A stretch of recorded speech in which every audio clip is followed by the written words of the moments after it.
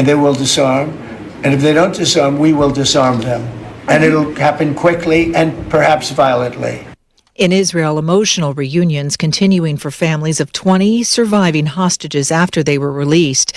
They were released after 2 years and reuniting with their loved ones with tears, hugs, laughter, and many other tears. President Trump earlier in a social media post says the U.S. struck another small vessel in the waters off Venezuela, allegedly for transporting illegal drugs. The president says 6 on board were killed, but no U.S. troops were injured. New tariffs going into effect today on imports of furniture, lumber, and kitchen cabinets.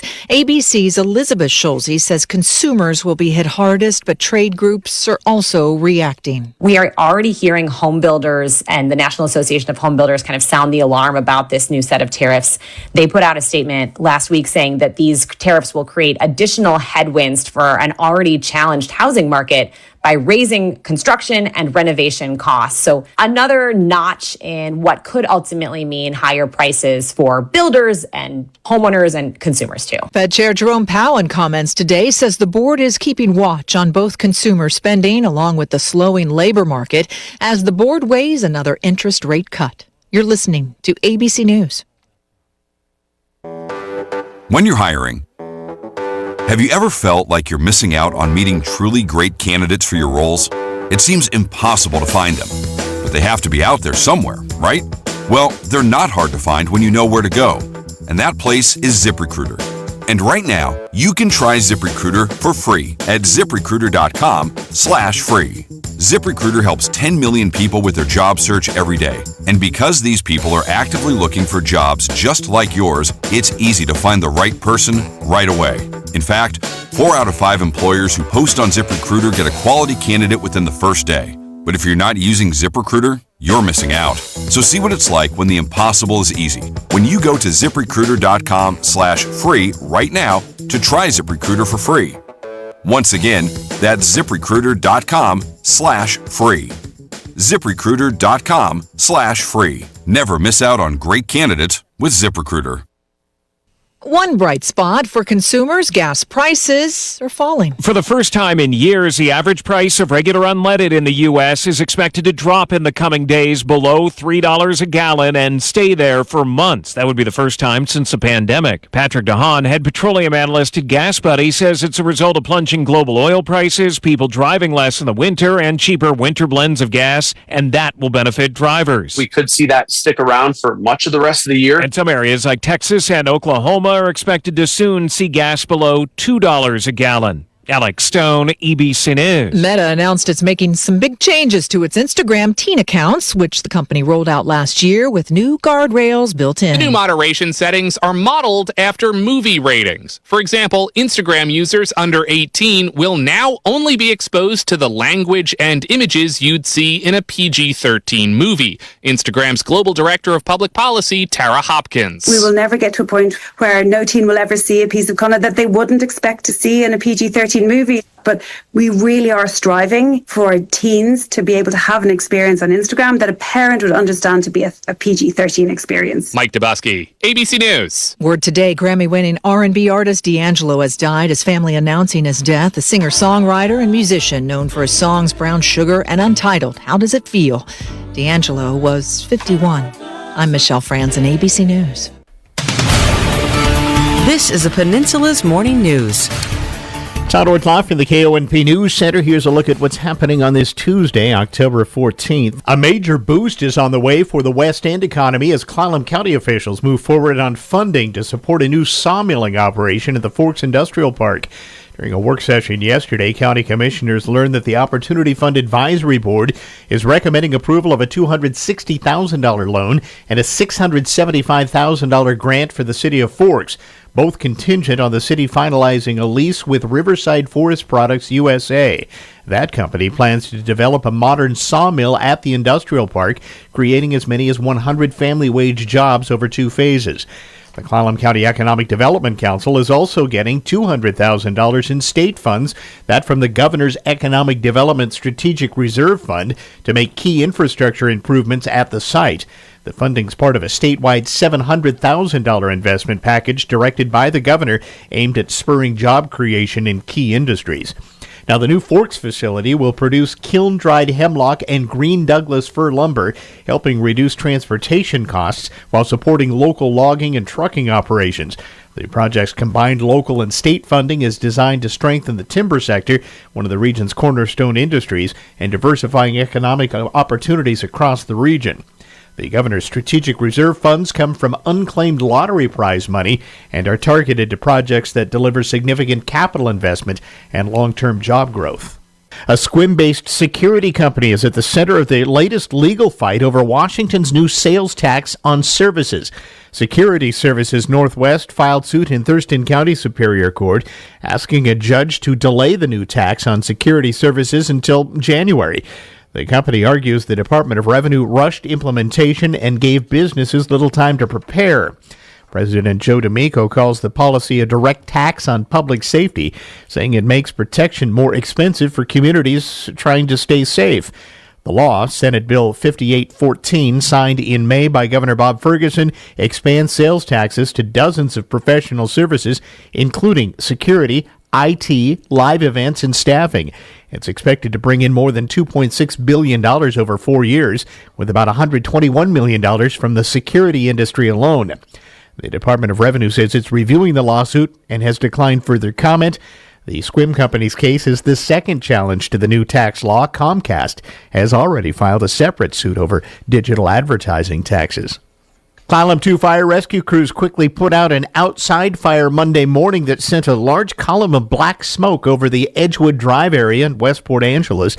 Fire Chief Jake Patterson says he was driving east on Edgewood about 11:40 a.m. He noticed smoke coming from the 2300 block there. The property was fenced and locked, but bystanders helped firefighters cut through the gate so crews could get in. Once in, firefighters found several types of stored materials burning along the north fence line, but no structures were involved. A couple of engines, a couple of command vehicles, and a medic unit with 9 firefighters all responded, and that fire was knocked down quickly. No injuries reported. The Clallam County Sheriff's Office also responded because the lock had to be cut to get to the flames. The cause of the fire is still under investigation. The Dungeness Crab Festival in Port Angeles has been awarded Outstanding Event in the top honor spot in the 2025 State of Washington Tourism Conference. That award coming last week in Spokane. The annual award recognizes an event held exclusively in Washington that celebrates the vibrancy and unique aspects of the state. It must have been created in the past 3 years or have undergone a new evolution and must contribute to overnight tourism and overall community vibrancy. Dungeness Crab Festival Director Rose Thompson called it, quote, an award for our entire community. She recognized the hundreds and hundreds of volunteers, sponsors, businesses, and residents who come together each year to make Crab Fest the success it is. While the Dungeness Crab Festival's been a cornerstone fall event in Port Angeles for more than 20 years, last year it was restructured as a nonprofit to better align with the cultural, historical, and economic features of Greater Port Angeles. Thompson was named as its first executive director, and a volunteer board of directors provides oversight. More news after this. End-of-life decisions are hard. Be it pre-planning or sudden loss, you need to have an advocate in your corner, which is why I wholeheartedly recommend Drennan and Ford Funeral Home and Crematory in Port Angeles, the only locally owned funeral home and crematory in Clallam County. Their expertise ensures a smooth process so you can focus on healing and being with your loved ones. Their help through the darkest time in my life will forever stay with me. Call 360-457-1210. Wellness. How do you practice it easily every day? At Olympic Hot Tub, we have more ways to achieve total wellness at home than ever before. Immerse yourself and let jets melt stress away in a saltwater hot spring spa. Swim in the privacy of your own backyard in an endless pool swim spa. Retreat to cozy warmth and detox in an amazing Tilo sauna. Then awaken your mind and body with a cold plunge. You'll be saying, ah, in no time.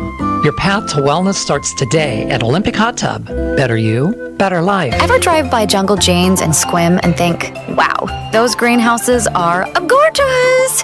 Well, guess what? there's more jungle magic inside. Step through the doors and you'll find a treasure trove of home decor, lamps that glow like tropical sunsets, cozy pillows, stylish kitchenware, and pieces from local artisans that'll make your home roar with personality. Jungle Jane's isn't just outdoor glam, it's indoor decor paradise in disguise. Shop Jungle Jane's in Squim on the roundabout by Costco. In other news, cooler fall weather is helping wind down Washington's wildfire season, which saw more individual fires than last year, but less land burned overall. As of October 10th, wildfires had scorched about 252,000 acres across the state, with 1,850 ignitions reported, according to preliminary data. Now, that's fewer acres than last year's total, which was about 275,000 acres, and well below the 5-year average of over 423,000 acres. Several fires remain active, including the Labor Mountain Fire and Lower Sugarloaf fires in central Washington, and the Bear Gulch Fire burning in Olympic National Forest near Hoodsport. However, officials say cooler, wetter conditions have slowed fire growth and significant new activities unlikely the rest of the season. Funding remains a concern. State Public Lands Commissioner Dave Upthegrove is requesting $60 million in backfill for fire prevention work and nearly $45 million for firefighting in the upcoming fiscal year. A Skagit County judge has dismissed the case against Angela Conaghan, who had been charged in 2021 in a shooting death of 32-year-old Cameron Cohey following a confrontation over a political yard sign. The judge exonerated Conaghan's bail on October 9th, effectively ending the legal proceedings against her.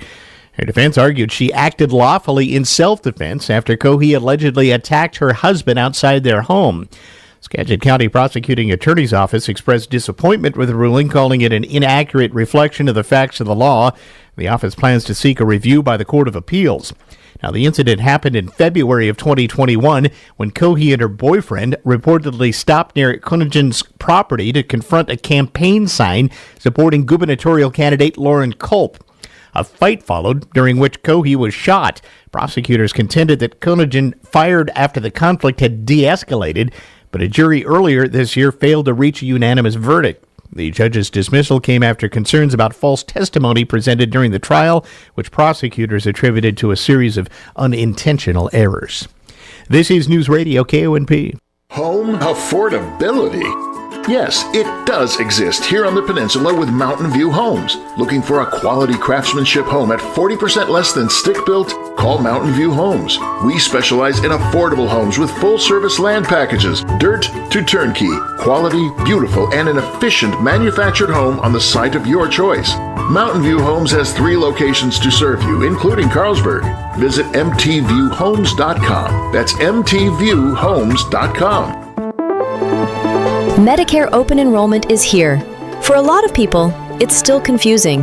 But don't worry, help is available with the Medicare Jumpstart Toolkit from the Office of the Insurance Commissioner and SHIBA. Find out what's changing and learn your Medicare options with 7 easy steps to get ready for open enrollment. Get your free Medicare Jumpstart Toolkit now at insurance.wa.gov or pick up a copy at your local library or senior center. Everyone deserves the opportunity to thrive. That's why United Way mobilizes the caring power of neighbors, businesses, and community partners to lead transformational change here in Clallam County. From strengthening local resilience to advancing health, youth opportunity, and financial security, we're working towards a future where everyone can reach their full potential. Join us in leading the way to a better future for all by donating at tinyurl.com/UnitedWayClallam.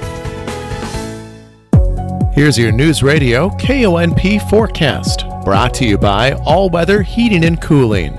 Bright sunshine expected this afternoon with daytime highs approaching 56. Easterly winds around 5 miles per hour. Lows around 42. Tonight, clear skies. Lots of sunshine tomorrow. High temperatures reach up to 58. Mid-50s Thursday and Friday with showers both days. A peek at the extended shows, 53 Saturday, 51 Sunday, and 52 on Monday. Another look at the short range, a high of 56 today. We should dip to 42 tonight, a high of 58 tomorrow. That's a look at your forecast. I'm meteorologist Paul Trombley. Right now, it's 54 degrees. They were the last unbeaten. Now it's a losing streak. Good morning. I'm Jay Reynolds. Bills took their first loss in Week 5. falling to the Patriots. Week 6, another defeat, 24-14 in Atlanta. Monday Night Football, Bijan Robinson, 170 yards rushing and a touchdown.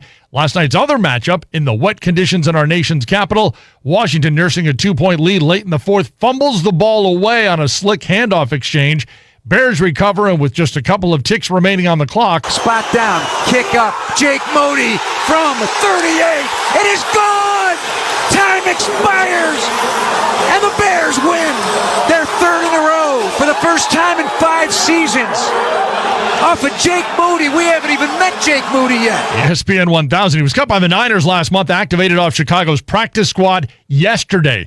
Baseball, Dodgers win by 1 in a nail-biter. Here comes swing and a miss, struck him out, and the Dodgers take game 1. They hang on by their fingernails as the Brewers leave them loaded to end the first game of the series. John Shambi, ESPN Radio, a 2-hitter for L.A. Blake Snell went the first 8, striking out 10. Freddie Freeman, solo homer in the 6th. Mariners take the first 2 in Toronto, a 10-3 win over the Blue Jays in Game 2 yesterday. Jorge Polanco, 3-run homer. 4 players with multiple RBI in the win. Blue Jays lose. So do the Maple Leafs, falling 3-2 to Detroit. Devils get their first 2 power play goals of the season. They beat Columbus 3-2. Lightning 4-3 over Boston. Bruins' first loss. Panthers with their first loss, a 5-2 loss to the Flyers, who get their first win. Blackhawks get past the Utah Mammoth 3-1. Back to football. Lions, Brian Branch gets a 1-game suspension. Titans fire coach Brian Callahan after the 1-5 start. Penn State alum Matt Rule loves Nebraska but doesn't shoot down the Penn State possibility. In local sports, the Port Angeles Rough Rider football team, now 2-4 on the season, hits the road Saturday night for Whatcom County, where they'll take on the 3-3 Squalicum Storm at Civic Stadium in Bellingham. Civic Stadium, once home to the Western Washington University Vikings, has seen its share of future NFL players, including former UW and Tennessee Titans quarterback Jake Locker. The Riders are coming off a tough 14-13 overtime loss to Bainbridge, which picked up its first win of the season. Squalicum, meanwhile, is much stronger than its 3-3 record might suggest. 2 weeks ago, the Storm stunned top-ranked defending state champ Anacortes 24-21, and last week led second-ranked Linden 17-10 at the half before falling 27-17 after the Lions scored 17 unanswered points. The Storm are led by senior wide receiver Ash Asbjornsen, a 5'11", 170-pound playmaker who caught a school record 13 passes for 184 yards and 2 TDs in that win over Anacortes. He ranks third in Whatcom County with 456 receiving yards and also returned a blocked punt for a touchdown against Linden. Quarterback Cole Burke, a 6'2", 195-pound senior, threw for a school record 292 yards against Anacortes, completing 26 of 35 passes for 2 scores. Place kicker Elias Laranaga is second among Whatcom County kickers with 29 points. The Storm have impressive wins this season, including a 67-0 rout of Marysville Pilchuck and a 56-7 victory over Stanwood. They're averaging 30 points a game while giving up about 20. Port Angeles averages 16 points a game, and they allow 26. You can hear all the action of that game Saturday night live here on KONP. In other sports today, Port Angeles tennis travels to Bremerton while Squim heads to North Kitsap, both starting at 4 o'clock. In girls soccer, Port Angeles hosts Olympic at 7:15, while Squim faces a tough test at home against 5th-ranked Bainbridge at 7 o'clock. In volleyball, Bainbridge visits Squim and Port Angeles entertains Olympic. Both matches start at 6:30. Kraken hockey try to make it 3 wins to open up the season tonight. They travel to Montreal. We will be on the air with that game, 3:30 airtime here on KONP. You hear that?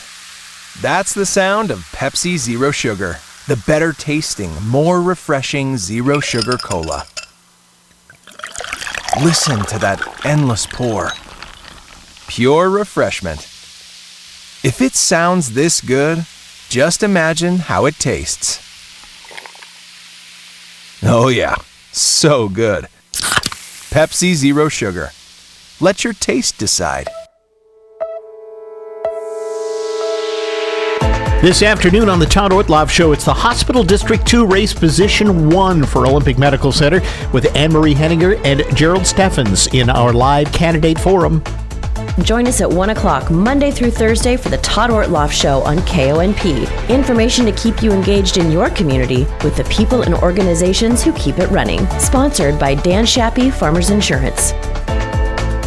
Newsradio KONP Business. This is a Bloomberg Money Minute. Fed Chair Jay Powell talking today about continued weakness in the job market, and that has investors all excited about prospects for another interest rate cut this month from the Fed after the one we had in September. A rate cut could help car buyers, that's for sure, because the average sticker price on a new vehicle is now above $50,000, the most ever. The White House proposing public and private universities change their policies or risk billions of dollars in federal funding. A compact for academic excellence in higher education demands capping international students, freezing tuition, and banning the use of race or sex in hiring and admissions. Some faculty members say it infringes on academic freedom.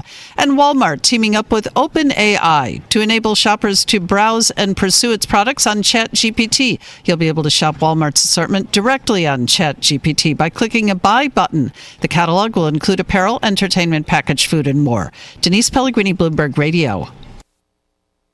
Leeds Farm Supply is your local equipment dealer. But did you know that it's the only locally owned service center too? Leeds services the tractors, mowers, trailers, and other equipment they sell, along with brands like Kubota and John Deere. Leeds has 2 trained techs to take care of any size machine, competitive pricing, a fully stocked parts department, and a quick turnaround. Call or text 360-452-1400 and talk to Jeremiah for all your service needs. Leeds Farm Supply and Equipment Sales, your local farm store, and so much more. October is Breast Cancer Awareness Month, and that means there's no better time than now to educate yourself on preventing, finding, and treating breast cancer. Visit Olympic Medical Center's online health library to answer questions like, what should I know about mammograms? Does my family history put me at risk for breast cancer? And what questions should I ask my doctor? Find answers to these questions and more at olympicmedical.org/breastcancer. Newsradio KONP. Traffic and roads. Let's head up to Clallam Transit Dispatch Center. That's where Jarrett's standing by with an eye on the noontime traffic for us. Good afternoon, Jarrett.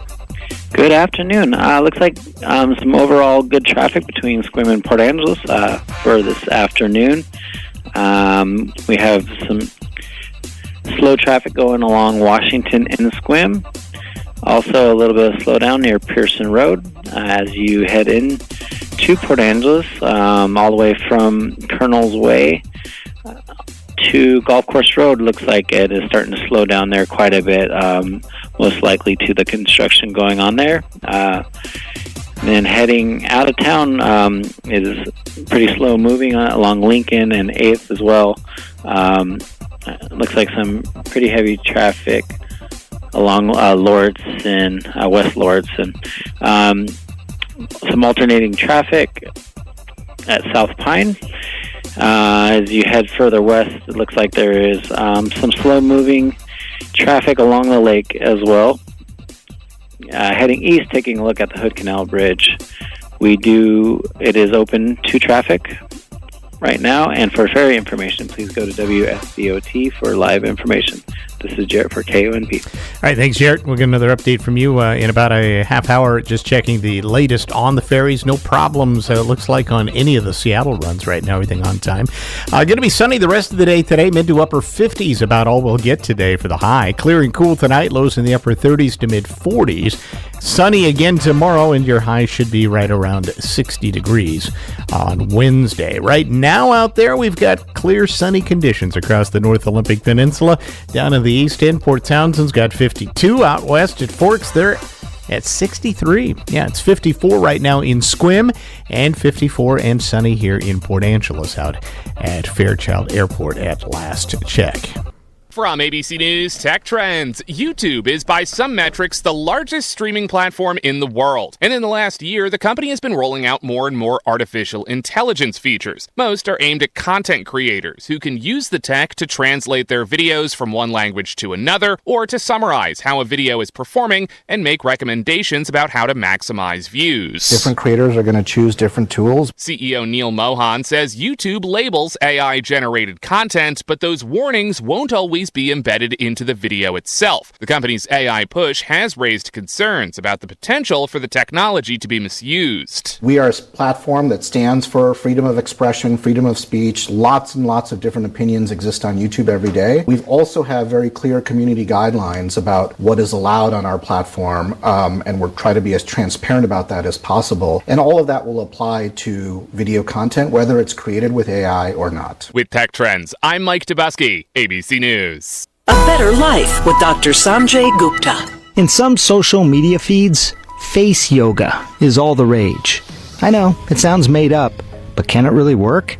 One of my colleagues recently spoke with a yoga instructor, a dermatologist, and author of one of the few face yoga studies out there. The dermatologist explained that the fat and the muscle under your skin work together to give the face volume.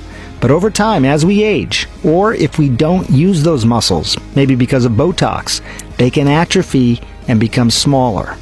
With face yoga, you're working to grow the muscle under the fat to try and restore some shape to the face. And guess what?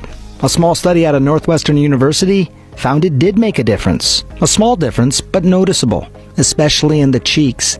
Can also help you bring more awareness to the faces you're making, which, hey, that never hurts. I'm Dr. Sanjay Gupta, helping you live a better life. 1 in 4 Americans have a disability. I'm one of them. I'm also a working mom who cares deeply about making sure every child with a disability thrives by getting their access needs met. We've got a trusted ally by our side. Easter Seals provides children and families the foundation for lifelong success through early learning programs, skills training, and prep for college and career. That's my Easter Seals. Make it yours. Join us at easterseals.com. Straight Talk presents The Math of More. Here's how it works. When you say yes to more with Straight Talk, you're left with more for all the other good stuff. So getting an unlimited plan starting at just $25 a month equals more savings for your family's weekend adventures. And with a network covered by Verizon, you can share more from wherever you go. It's simple math, really. More equals more with Straight Talk. Available at straighttalk.com and Walmart. Taxes and fees apply. The $25 plan requires a compatible unlocked device and a new line of service. Additional terms apply. Hello, I'm Jerry Stewart, and this is One Moment in America. And our history books are many great Americans who devoted their entire lives to making a better America. One such American was William Bochker. I'll tell you his story after this important message. Hello, Jerry Stewart here. Question, what are you, an American or an Americant? You might be saying, what's the difference? Glad you asked.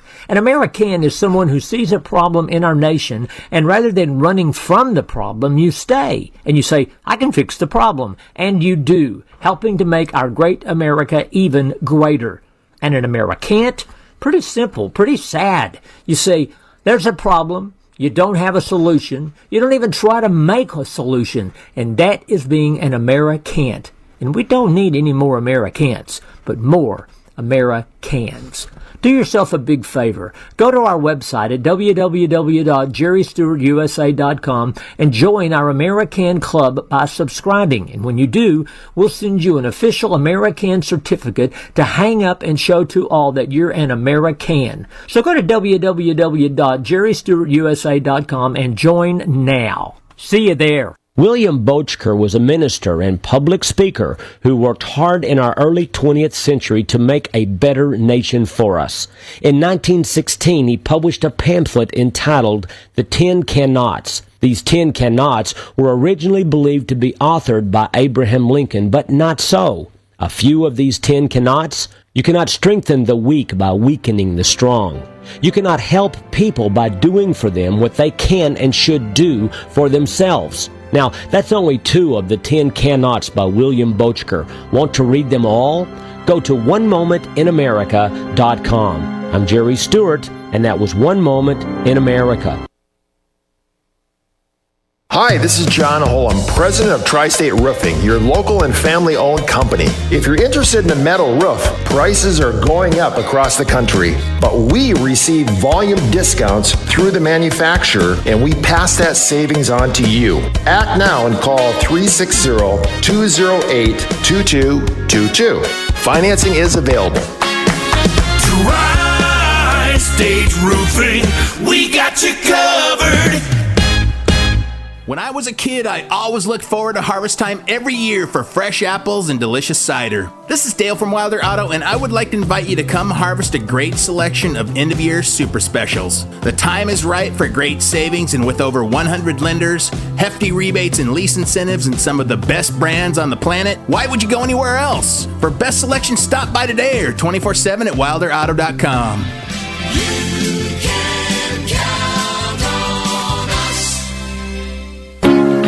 Your community-minded friends at First Fed bring you the Community Corner, highlighting good things happening right here in our area. Join the North Olympic History Center Sunday, October 19th for their annual membership meeting, followed by the final History Tales presentation of the year by local author Melissa Sliger.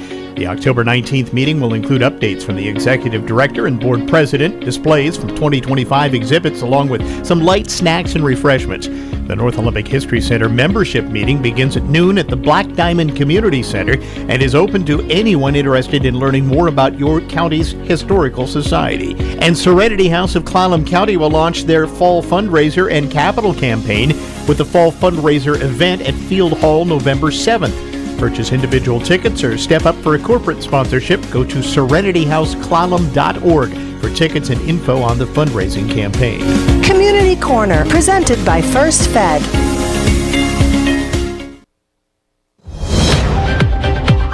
News this hour from Town Hall. I'm Greg Clugston in Washington. President Trump says the U.S. has struck another small boat that he accuses of carrying drugs in the waters off Venezuela. In a social media post, he said 6 people aboard the vessel were killed in the strike and that no U.S. forces were harmed. It's the 5th deadly strike in the Caribbean, as the Trump administration has asserted that it's treating alleged drug traffickers as unlawful combatants. Correspondent Ed Donahue reports on the latest development in this year's attack that was aimed at Pennsylvania's governor. A man in Pennsylvania pleaded guilty in an arson attack at the governor's mansion while Governor Josh Shapiro and his family were sleeping. Cody Balmer pleaded guilty to charges that include attempted murder, terrorism, and arson. Balmer was sentenced to up to 50 years in prison. Several news organizations are bucking today's deadline to accept new restrictions governing Pentagon coverage. The Associated Press, Reuters, the New York Times, the Washington Post, the Atlantic, and Newsmax all say they will not sign a Defense Department document outlining new press rules. Those rules declared large swaths of the Pentagon off limits to reporters. They also state Defense Secretary Pete Hegseth can revoke access to reporters who ask anyone in the Defense Department for information, classified or otherwise, that he has not approved for release. Hegseth's team has said reporters who don't acknowledge the policy in writing by Tuesday must turn in their press badges. Ben Thomas, Washington. Meta says teenagers on Instagram will be restricted to seeing PG-13 content by default and won't be able to change their settings without a parent's permission. The company is also adding an even stricter setting that parents can set up for their kids.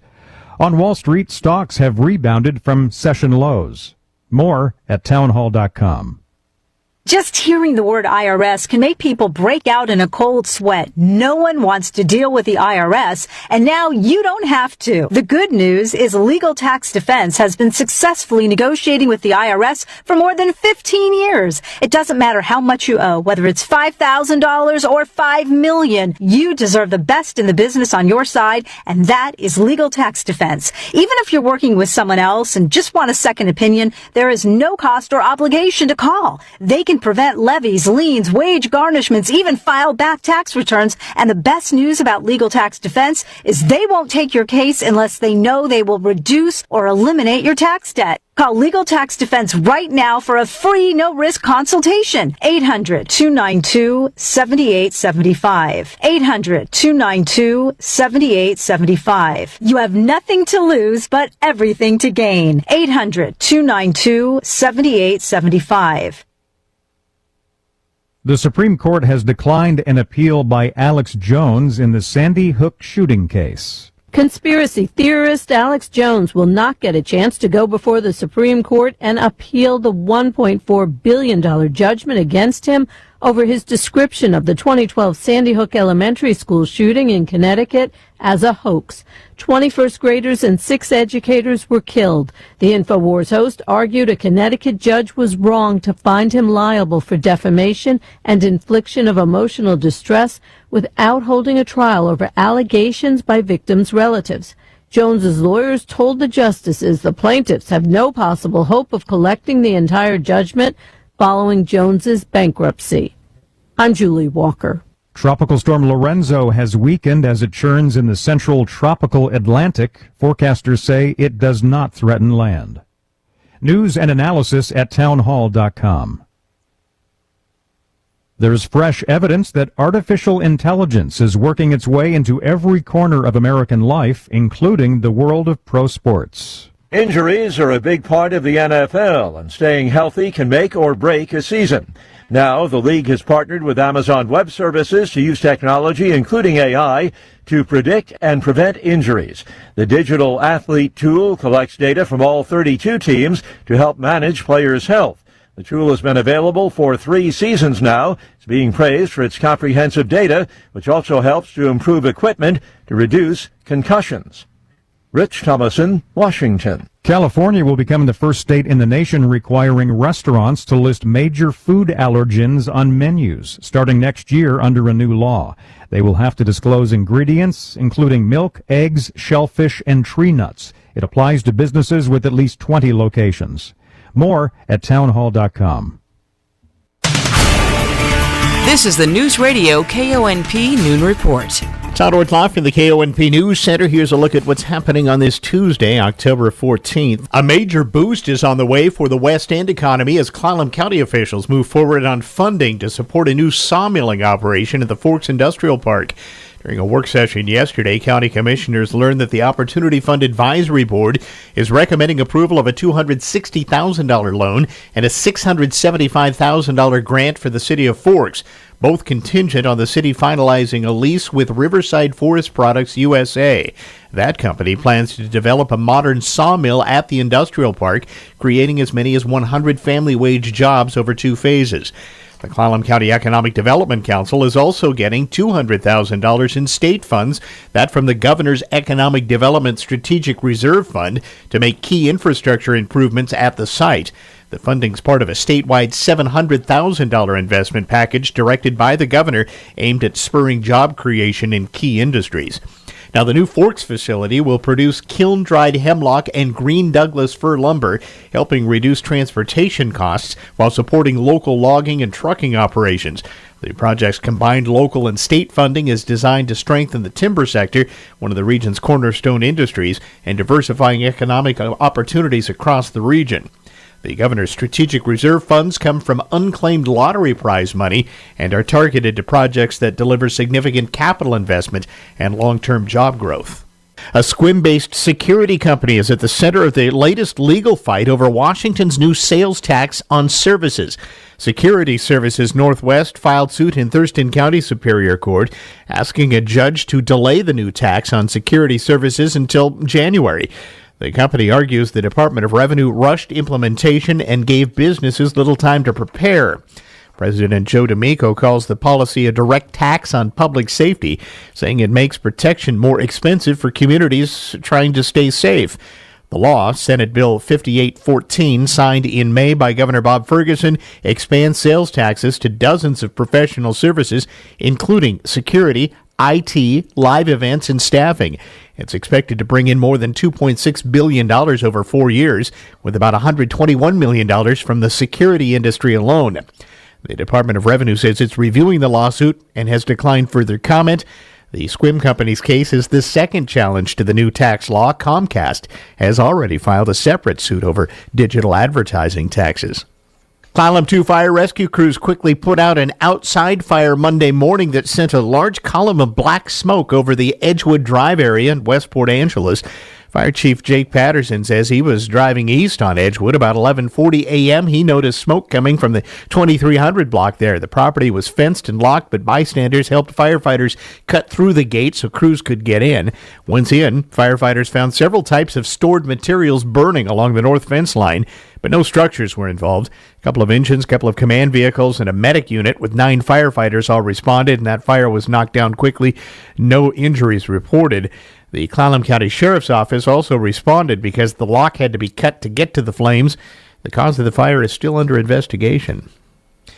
The Dungeness Crab Festival in Port Angeles has been awarded Outstanding Event in the top honor spot in the 2025 State of Washington Tourism Conference. That award coming last week in Spokane.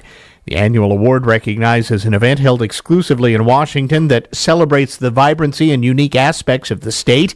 It must have been created in the past 3 years or have undergone a new evolution and must contribute to overnight tourism and overall community vibrancy. Dungeness Crab Festival Director Rose Thompson called it, quote, an award for our entire community.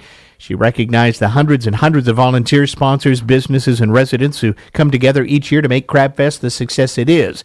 While the Dungeness Crab Festival has been a cornerstone fall event in Port Angeles for more than 20 years, last year it was restructured as a nonprofit to better align with the cultural, historical, and economic features of Greater Port Angeles. Thompson was named as its first executive director, and a volunteer board of directors provides oversight. More news after this. Olympic Hot Tub has terrific ways to achieve total wellness at home. Saltwater hot tubs, swim spas, saunas, and cold plunges, all waiting for you. You'll be saying, ah, in no time. OlympicHotTub.com. Better you, better life. It's time for your monthly Market Minute with critical insights from local real estate pro May Graves. When getting your home ready for the market, make sure you do the following to sell faster. If you have a view, reposition your furniture to enjoy that view, not the TV. If you have curtains, it's best to remove them completely and opt for a simple window blind. Most curtains cover a portion of your window and block natural light. Declutter and depersonalize. Realize you're moving. It's time to get packing. Anything you don't need for the next season, box it up and store it out of sight. If you have nice floors, show them off. Consider removing the area rugs and letting your floors shine. Create a vanilla shell. If you have lots of color on your walls, think about creating an easy palette for the buyers. A coat of neutral paint goes a long way. For more home buying and selling information, call me. It's May Graves, Realtor, 360-461-1922. Are you having a special event or a meeting? Unity in the Olympics offers an intimate rental space for weddings, family reunions, celebrations of life. For booking or information, go to our website, unityintheolympics.org. In other news, cooler fall weather is helping wind down Washington's wildfire season, which saw more individual fires than last year, but less land burned overall. As of October 10th, wildfires had scorched about 252,000 acres across the state, with 1,850 ignitions reported, according to preliminary data. Now, that's fewer acres than last year's total, which was about 275,000 acres, and well below the 5-year average of over 423,000 acres. Several fires remain active, including the Labor Mountain Fire and Lower Sugarloaf fires in central Washington, and the Bear Gulch Fire burning in Olympic National Forest near Hoodsport. However, officials say cooler, wetter conditions have slowed fire growth, and significant new activity is unlikely the rest of the season. Funding remains a concern. State Public Lands Commissioner Dave Upthegrove is requesting $60 million in backfill for fire prevention work and nearly $45 million for firefighting in the upcoming fiscal year. A Skagit County judge has dismissed the case against Angela Conaghan, who had been charged in 2021 in a shooting death of 32-year-old Cameron Cohey following a confrontation over a political yard sign. The judge exonerated Conaghan's bail on October 9th, effectively ending the legal proceedings against her. Her defense argued she acted lawfully in self-defense after Cohey allegedly attacked her husband outside their home. Skagit County Prosecuting Attorney's Office expressed disappointment with the ruling, calling it an inaccurate reflection of the facts of the law. The office plans to seek a review by the Court of Appeals. Now, the incident happened in February of 2021 when Cohey and her boyfriend reportedly stopped near Conaghan's property to confront a campaign sign supporting gubernatorial candidate Lauren Culp. A fight followed, during which Cohey was shot. Prosecutors contended that Konigan fired after the conflict had de-escalated, but a jury earlier this year failed to reach a unanimous verdict. The judge's dismissal came after concerns about false testimony presented during the trial, which prosecutors attributed to a series of unintentional errors. This is Newsradio KONP.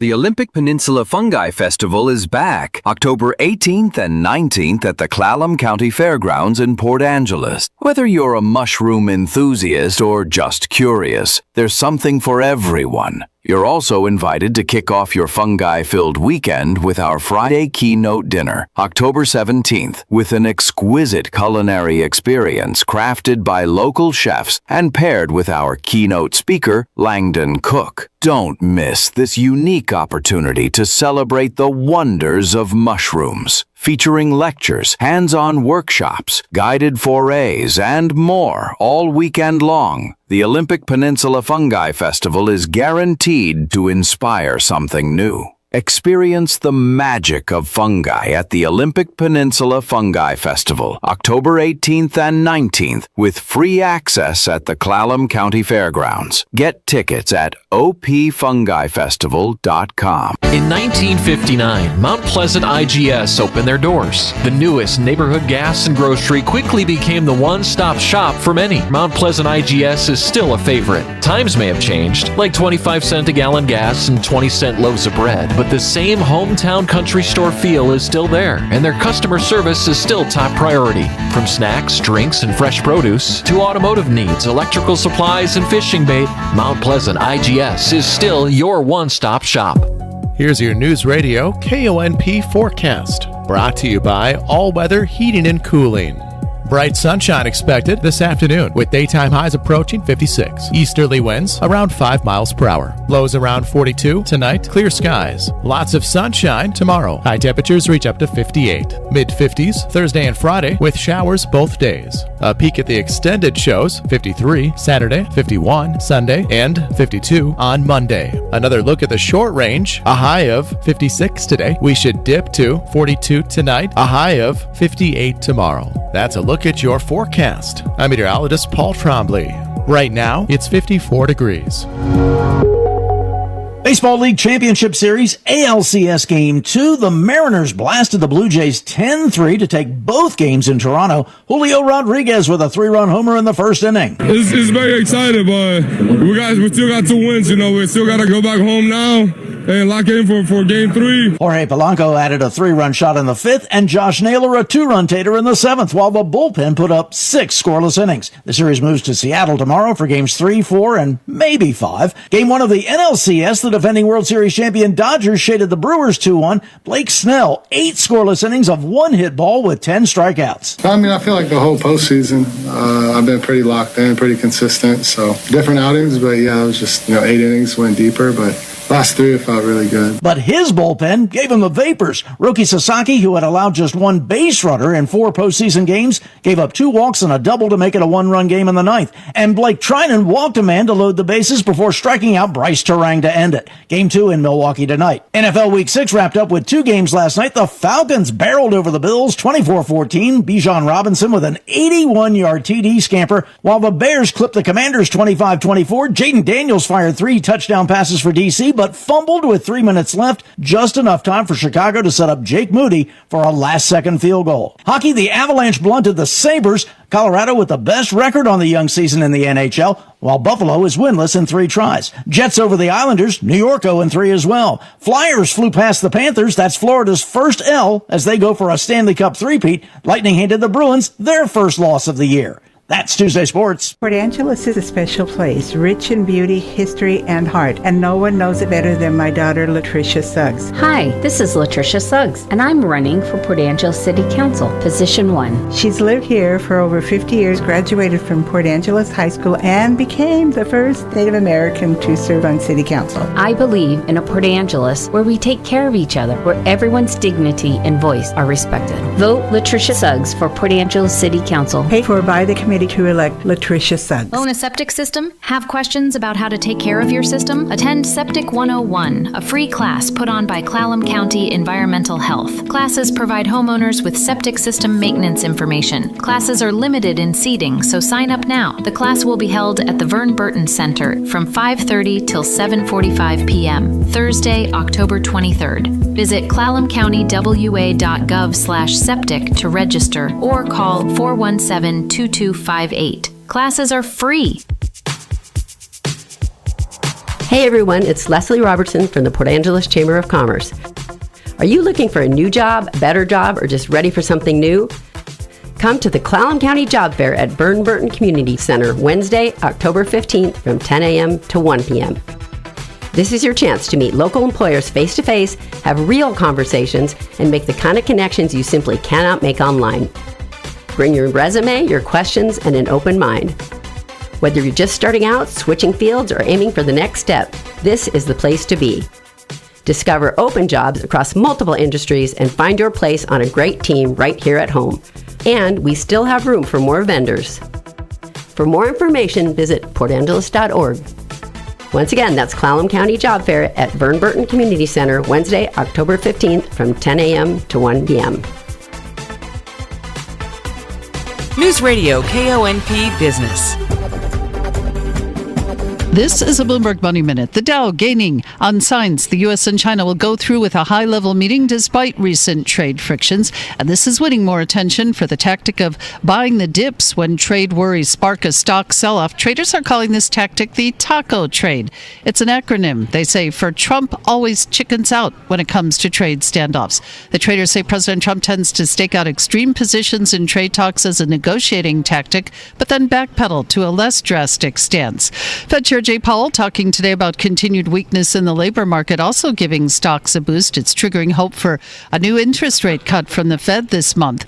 And the U.S. has seized Bitcoin worth $15 billion in a so-called pig butchering case, with the Justice Department alleging Chen Zi, chairman of Cambodian conglomerate Prince Group, manipulated thousands of victims around the world, fattened their accounts, and then drained them in a practice known as pig butchering. Denise Pellegrini, Bloomberg Radio. Last check of the noontime roads next.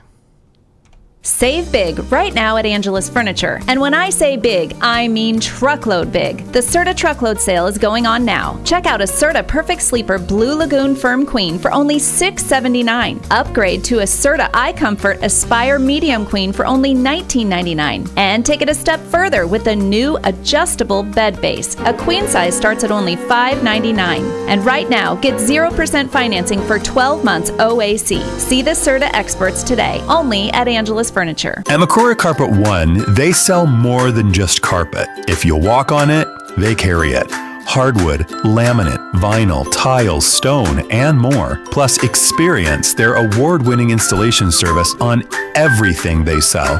Because McCrory's sells more flooring than anyone else on the peninsula, and Carpet One stores sell more flooring nationally than anyone, they can say always priced right and always done right. McCrory Carpet One. Newsradio KONP. Traffic and roads. One last time up to Clallam Transit Dispatch Center we go, and that's where Jarrett's standing by with a check of the noontime roads for us. Good afternoon, Jarrett. Good afternoon. Looks like we got some pretty good flowing traffic through Sequim and Port Angeles right now. Not too bad.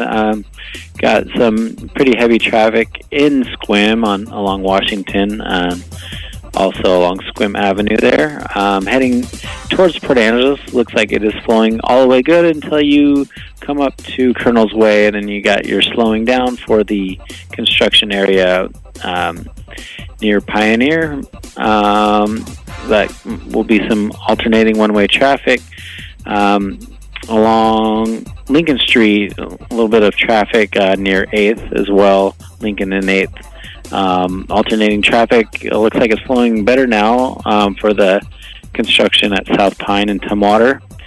And heading out towards the lake, looks like some slower traffic near Fairholme. As we head east, taking a look at the Hood Canal Bridge, it is currently open to traffic. And for ferry information, please go to WSDOT real-time information. This is Jarrett for KONP. Thanks, Jarrett. And I just checked the ferry site. No problems on any of the routes in and out of Seattle, at least right now. So that's good. Your weather forecast, sunshine again today, mid to upper 50s. That'll be about all we get. Tonight, clear and cool, lows in the upper 30s, maybe about 40. Sunny again tomorrow. We'll hit about 60, and the sunshine continues into Thursday as well. Right now, it is bright and sunny across the North Peninsula. Port Townsend's at 52, out west at Forks 63, 54 and clear in Squim, and it's 54 and clear at Fairchild Airport here in Port Angeles. Taylor Swift's Life of a Showgirl is breaking records. This is Swift is releasing a new docuseries on her Eras concert tour on Disney+. More on all this from ABC's Gio Benitez. Taylor Swift is breaking records for The Life of a Showgirl, the pop superstar's 12th studio album, setting the record for the biggest first week in music history, with over 5.5 million album units sold and more than 1.5 billion streams globally. And in less than 24 hours after its release, Spotify and Apple Music crowning The Life of a Showgirl as the biggest album of 2025. Thanks for joining us on the Tuesday edition of the Peninsula's Noon Report on this October 14th. Travelers looking for a getaway are turning to ChatGPT to plan the perfect holiday. And why not? You can tell it what's in your fridge, and it's going to come up with great dinner menus. So a vacation should be easy, as long as you get a second opinion. I'm Kim Commando for ExpressVPN. One-click hide your internet activity from hackers and snoops. Get 4 extra months free at expressvpn.com/Kim. As you might guess, a lot of people are using Chat as their own personal travel agent. ChatGPT's itineraries look fantastic. The problem is that sometimes they don't really exist. In fact, more than half of all AI-generated travel itineraries suggest visiting an attraction outside its opening hours. Yikes. 1 in 4 recommend a hotel that never existed or was permanently closed. It even provides phony addresses on a made-up street. Occasionally, Chat even fails to advise about required visas necessary for entry. So yes, Chat has great ideas and also a vivid imagination. Get my newsletter at getkim.com. Remember the good old days of the internet, a place where you could truly feel free without snoops or spies watching every move? Unfortunately, now we go online knowing we're being tracked. Our internet service providers can see our entire browsing history, and in the United States, they're legally allowed to sell this information. Who knows what they'll do with it? That's why I use ExpressVPN. It's a virtual private network that reroutes 100% of my online activity through secure encrypted servers, shielding it from the prying eyes of my service provider and other third parties. ExpressVPN hides my internet address, the number identifying me online, so I can't be tracked. My online activity is actually mine again. Imagine that. It's so easy to use that your entire family can figure it out with just one tap. And it works on all your devices. Phones, tablets, TVs, desktops, up to 8 devices at once. Let's return to the good old days of online privacy and freedom. Use my special link to get 4 extra months of ExpressVPN for free at expressvpn.com/Kim. That's expressvpn.com/Kim. It took me a long time to admit I was dealing with more than just stress. Going to VA and confronting my PTSD is the hardest thing I have ever done. And telling other veterans to go is the most important thing I'll do. Get what you earned. Visit choose.va.gov. Not all veterans are eligible for the type or amount of benefits mentioned here. Coming up, if you want to fire up your brain power, I'll have the brain boosters that really work. It's next in today's Intelligence for Your Life Minute. The Home Depot has everything you need to turn your home into a beacon of holiday cheer. So whether you're going all out or just adding a few holiday touches, we've got you covered with trees, yard decor, and more. Save time decorating with one of our easy-to-assemble pre-lit trees or pick up a piece from our Yuletide Lane decor collection and fill your yard with holiday joy. Whatever your style, find everything to get your holidays started at the Home Depot.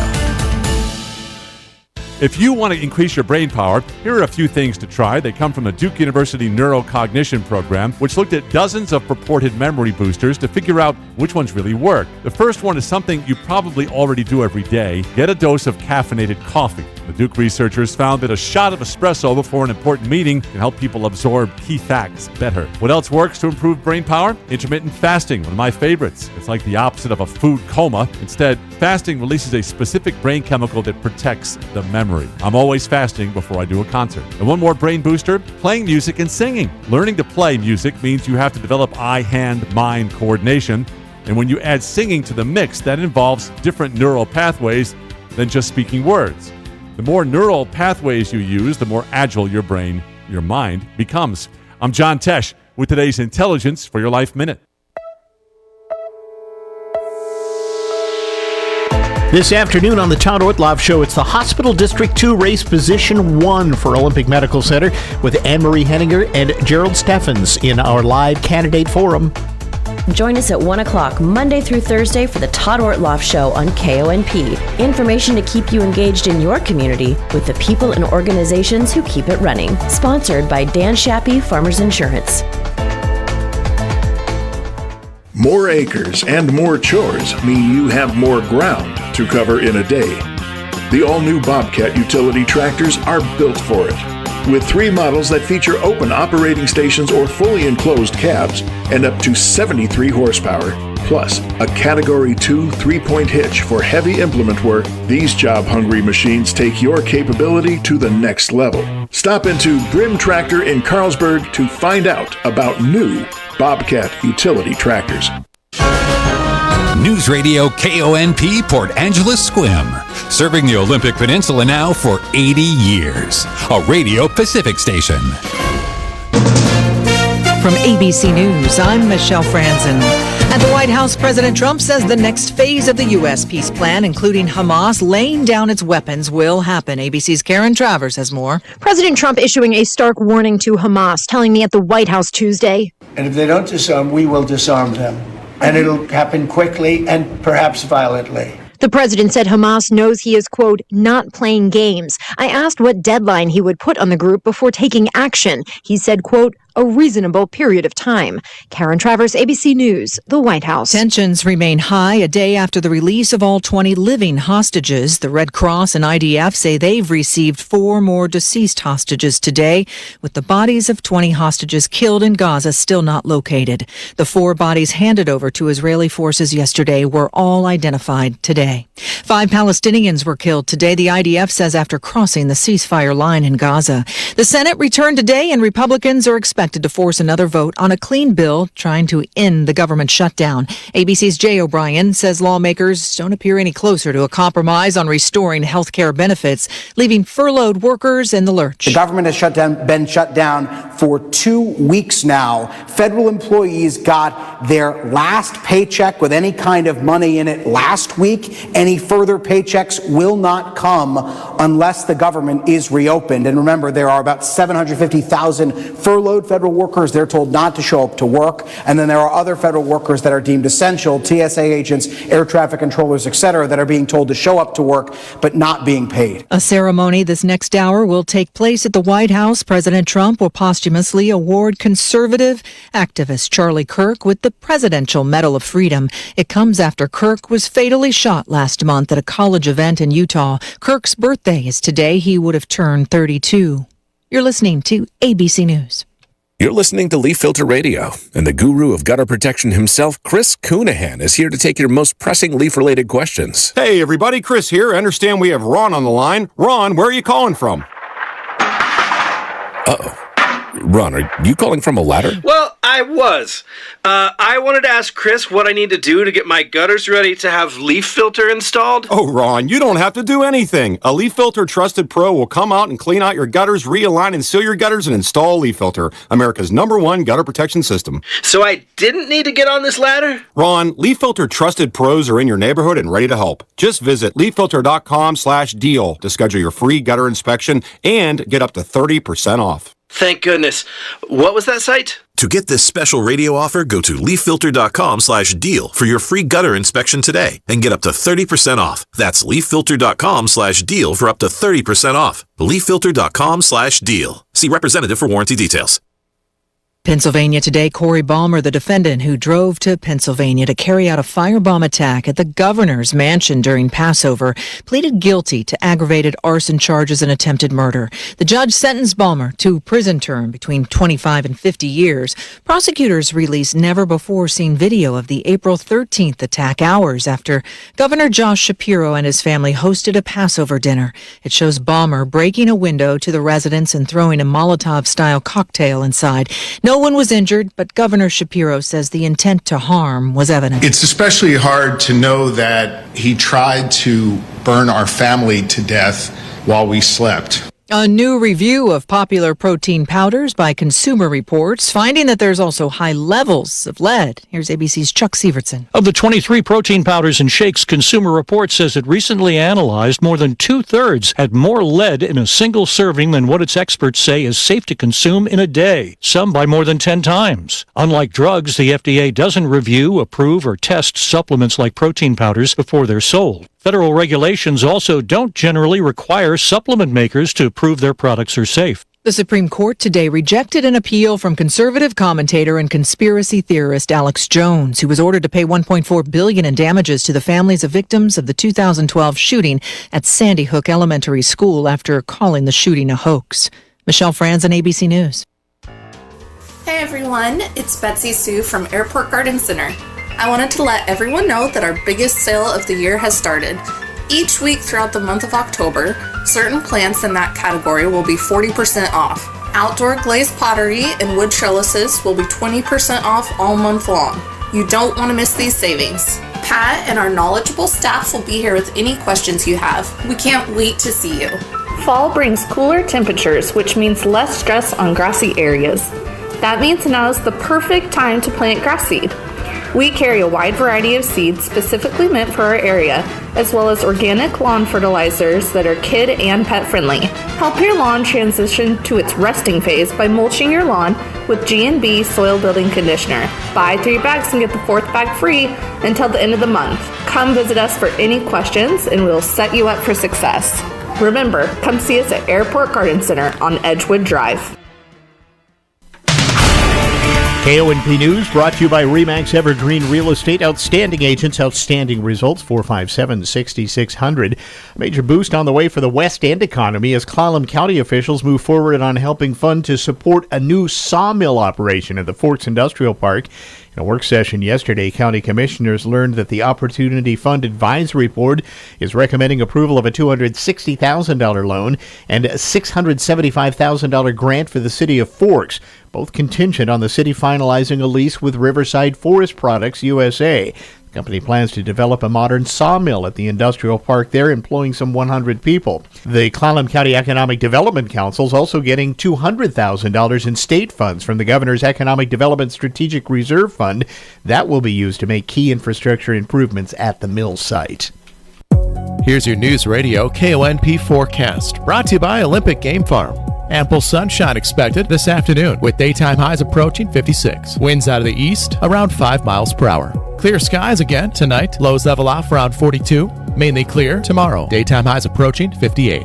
Temperatures near average Thursday and Friday, with highs in the mid-50s. Scattered showers possible both days. A peek at the extended shows: 53 Saturday, 51 Sunday, and 52 on Monday. Once again, high of 56 today, a low of 42 tonight, a high of 58 tomorrow. That's a look at your forecast. I'm meteorologist Paul Trombley.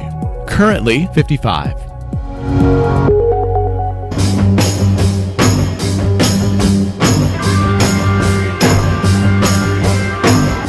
It's the Todd Ortloff Show on Newsradio KONP. Now, here's Todd. All right, it is election season, and we are going to be rolling through the next couple of weeks, almost every day, with some candidate forums, a chance for our listeners to get to know some of the candidates that are on that ballots that'll be heading to your mailboxes quite soon.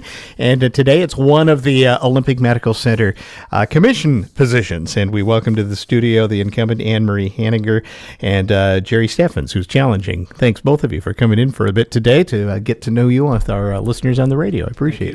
All right. Thanks for the opportunity. I'd like to give each of the candidates a couple minutes of a little opening statement. We start with the incumbent, as my tradition here. So, Anne-Marie, that gets to be you. A couple minutes about you. You bet. So, first of all, Todd, thanks for having me here today. And thank you. Good afternoon to all KONP listeners. It is my pleasure to be here. I'm Anne-Marie Hanninger, and I'm your incumbent nonpartisan commissioner and board president. I'm honored to serve on the OMC board with a diligent group of diverse individuals who work hard for what is best for OMC. I am a wife, mom, and nurse with a 29-year history of living, working, and volunteering on the peninsula. Together with my husband, Ray, we have raised and educated our family here. I've been a dedicated and compassionate nurse for 35 years, recently certified as a rural health nurse, and I'm being trained as a sexual assault nurse examiner. My qualifications for commissioner are numerous: 6 years of dedicated OMC board experience, vital leadership skills, a passion to continue elected service, governance certification every year of my term, experience as a frontline nurse, exemplary organizational and historical knowledge, active understanding of governance versus operations, membership on 3 other community boards, and a proven record of successfully meeting the responsibilities, expectations, and objectives of the Public Hospital District Commissioner role. I possess a passion for rural healthcare, steadfast servant leadership, and finding solutions to challenges. I'm running for re-election because I am committed to continuing the hard work needed to keep OMC viable. My goals for the next 6 years include 1, keep OMC open and successful today and ongoing to meet the healthcare needs of our community. 2, maintain quality of care at the highest level. 3, financially strengthen and fortify OMC for whatever is ahead. 4, advocate always at every level. 5, select a stellar permanent CEO to guide OMC into the future. 6, continue to make intentional decisions for OMC's best interests. And 7, hold the board and CEO accountable for those decisions, such as the UW affiliation and our strategic initiatives. It is a new day at OMC, and I look forward to talking about it with you. All right, thank you, Anne Marie. Jerry, a little bit about you. All righty. Thank you again, Todd. I spent the last 10 years volunteering with the Olympic Peninsula Community Clinic, the former VMO Clinic, as a volunteer physician, medical director, and board member. I do a weekly homeless shelter clinic. I've served on the Clallam County Board of Health since 2017 and the treasurer for St. Andrew's Episcopal Church, and was the Port Angeles Chamber of Commerce 2022 Citizen of the Year. I want to keep OMC open and in local control. I've rung a few thousand doorbells the last few months. Voters all over Clallam County are wondering if they'll need to move off the peninsula to get the health care they need. Voters don't trust our emergency room. Our hospital commissioners have failed in their administrative and budgetary oversight. OMC will be $72 million over budget for the last 4 years. OMC stopped paying vendors to the tune of $29 million, and the hospital credit rating is so poor we can't borrow for emergencies. There is no transparency from our hospital commissioners. Meetings are not recorded. No pre-meeting board packets are on the website that include any financial reports or consent agenda, and minutes can go unreported for months. There's a comment period, but no provision for questions to commissioners. I personally have several public records requests that have gone unanswered for months.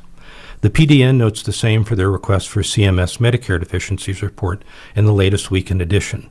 Failing 5 Medicare quality surveys is unheard of, and the public may never have known if the reports weren't leaked to the press. I have hospital administrative and advocacy experience and hit the ground running. I served on the board of directors of a large independent clinic in Utah with a cancer center, a pharmacy, dialysis facilities, imaging center, and physical therapy. I served on a national nephrology organization as a board member and headed its advocacy program for several years. I served on a regional Medicare advisory board for several years and familiar with Medicare payment issues. We do need selection of a strong permanent CEO with rural experience. We need greater detail and public transparency in finances. Thank you. All right, that's Jerry Steffens there. We're going to take a break. We'll come back. We'll do a little question and answer with our candidates when we return right after this. This is the Todd Ortloff Show on Newsradio KONP. I understand that as our world becomes more automated, receiving personalized service from a real person is more meaningful than ever. I'm Dan Shappy, and as a farmer's agent, I know a thing or two about how to help you select the insurance you want so you can protect what matters most. Call 360-681-0696 to learn more and chat with me, a real person and experienced farmer's agent, today. We are farmers. Bum, ba-dum, bum, bum, bum, bum. Underwritten by Farmers Truck Fire Insurance Exchanges and Affiliates. Products not available in every state. Latricia brings more than experience. She brings a vision for a healthier, stronger future. Latricia's roots run deep, and her heart is with the community. One step at a time for the next 7 generations. This is Latricia Suggs. Let's build a future that reflects the best of who we are and who we can become. Vote Latricia Suggs for Port Angeles City Council, Position 1. Paid for by the committee to elect Latricia Suggs. Welcome to Volunteer Spotlight, sponsored by Jim Hagwood, Port Angeles Realty. This is Alan Barnard, and this Volunteer Spotlight shines on Seroptimist International of Port Angeles. Their Noon Club's mission is to improve the lives of women and girls through programs leading to social and economic empowerment and to serve as a voice on issues of importance to women and girls. Their active volunteer members are dedicated to community service.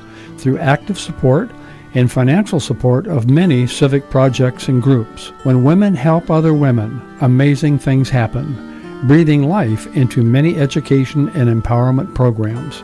If you want to make a difference by joining Soroptimist, their website at sipawa.org. That's sipawa.org. It's said that service is the rent we pay for a space on earth. That's why we present this Volunteer Spotlight, sponsored by Jim Hagwood, Port Angeles Realty. Olympic Hot Tub has terrific ways to achieve total wellness at home. Saltwater hot tubs, swim spas, saunas, and cold plunges, all waiting for you. You'll be saying, ah, in no time. OlympicHotTub.com. Better you, better life. Hi, this is John Holm, president of Tri-State Roofing, your local and family-owned company covering the entire Olympic Peninsula area. The difference with Tri-State Roofing is we separate ourselves with the quality of products we offer, customer service, including an A+ rating with the BBB, solid safety plans, and the best labor guarantees around. Call 360-208-2222. Tri-State Roofing, we got you covered. All right, welcome back to the program. Going to spend now a few minutes talking with our candidates for Olympic Medical Center Commission about some questions that are looming. Many of these right out of the headlines, obviously. Not surprised. First one about finance and financial stability and also the reimbursement pressures. OMC facing ongoing challenges because of low Medicare, Medicaid reimbursement rates, certainly a big part of the payer mix.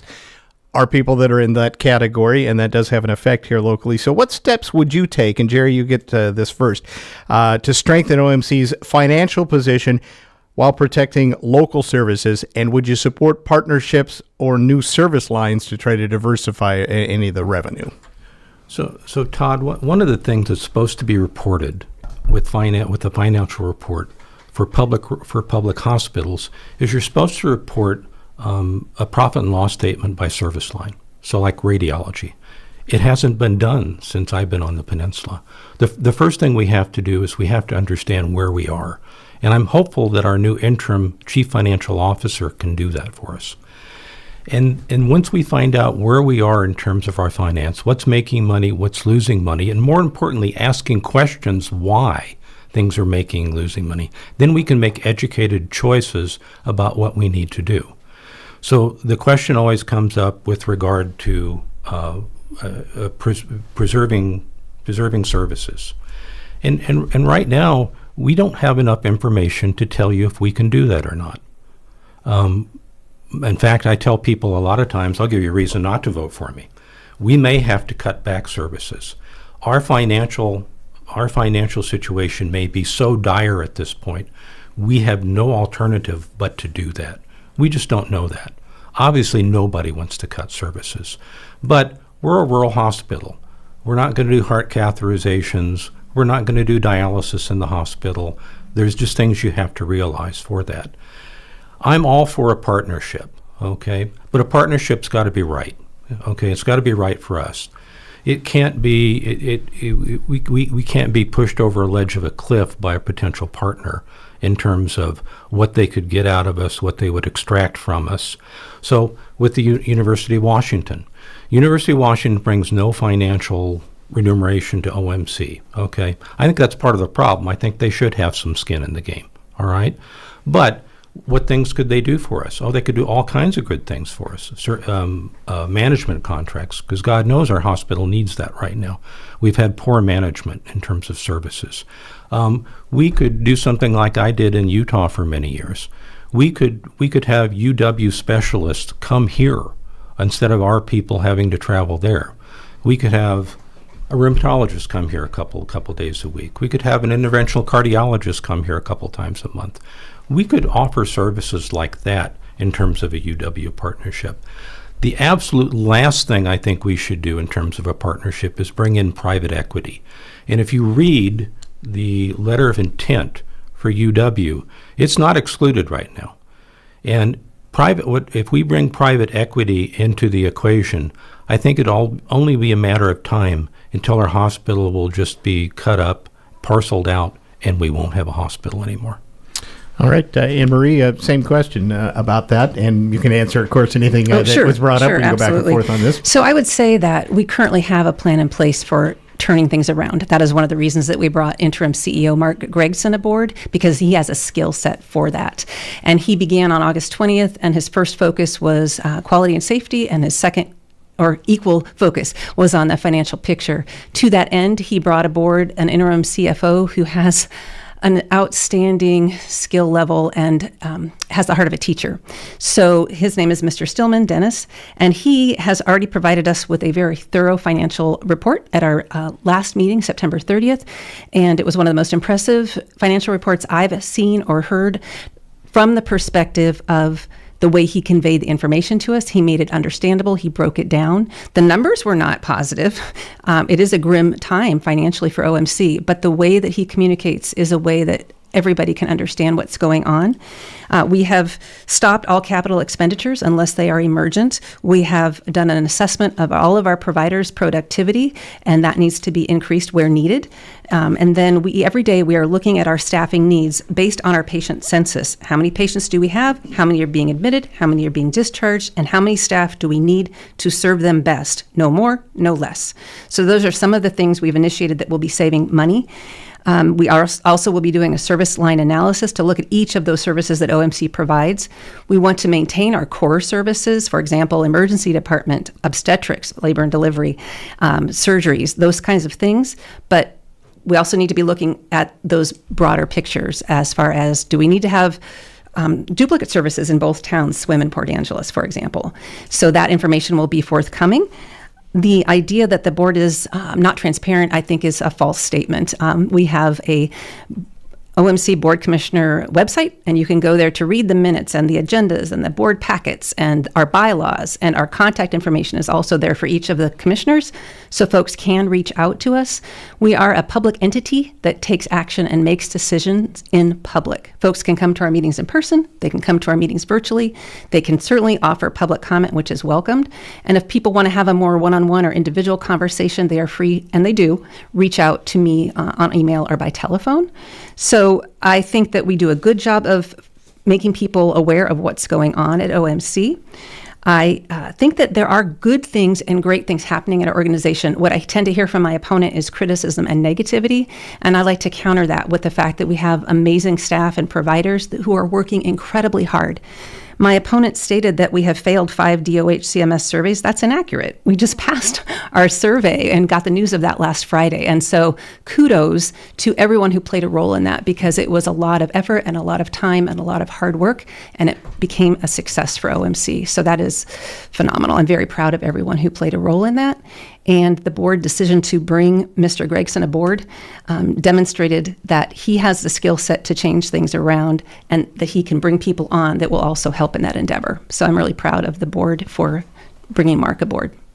Right. We'll stay with you, Anne Marie. Sure. And just as a follow-up to that, about the surveys that happened, just as a commissioner, if you're reelected, how do you address that? Mm-hmm. As an imminent or non-imminent problem, is something that certainly concerned the community. Absolutely. When they heard this news. Well, first I would say this about the surveys: the majority of the citations were related to documentation. Patient care is excellent, and no one is in danger of being harmed. But the majority of those citations were around documenting the way that the state wants us to document. And so one of the blessings, if you want to call it that, of bringing Chartis aboard was that they helped us identify, this is the kind of documentation the state is looking for, this is the level at which you need to document, and this is how you do it in a timely fashion. So thanks to them and to the work that's been going on all year, people are now prepared well to do things the right way, and will do so going forward. Our current phrase, if you want to call it that, is survey ready always. And so from here forward, we will be ready for the DOH to walk in, we will be ready for DNV to come in, and we will be ready for CMS to pay us a visit. All right, Jerry, your thoughts about that? Well, I think Commissioner Henninger's comments are disingenuous. So we already, any clinician knows that your hospital gets CMS surveys, you get Medicare surveys, all right? And if you don't pass a Medicare survey, you can get your Medicare funding pulled, and that would close the hospital, all right? OMC already has hired an organization called DNV which my Norwegian's not very good, but it stands for the Norwegian Truth. All right? And that's an organization that's supposed to keep you survey ready all the time. That didn't happen, okay? You would have never found out about the survey problems had they not been leaked to the press. The hospital received an immediate jeopardy letter in April that nobody knew about. And that's exactly what it means. You can close the hospital at this if you don't fix something right away. So while I do agree, I have read the deficiencies. There were some care issues on the deficiencies. A lot of them are crossing the T's and dotting the I's, but it doesn't matter. You have to fix it. The most notable thing about looking at the deficiency report back in August was that there was about a dozen of them that said, this is the third or fourth time we've told you to fix this and you haven't. So this is not the time to be taking a victory lap and saying, hey, great, we did a good job, we passed it, all right? This is time to look. It's not, and to look at this too, we had a Chartist contract, $248,000 for 6 weeks of work. We should have never needed this, all right? All hospitals are capable of handling this internally. If you get more than 5 or 6 deficiencies on a CMS survey, on a Medicare survey, your hair is on fire. If you have close to 70, that's indicative of some problems. That's indicative of an administrative oversight problem, all right? So going forward, yes, we need to reevaluate this contract with DNV. Either they weren't giving us very good advice or we weren't taking the advice.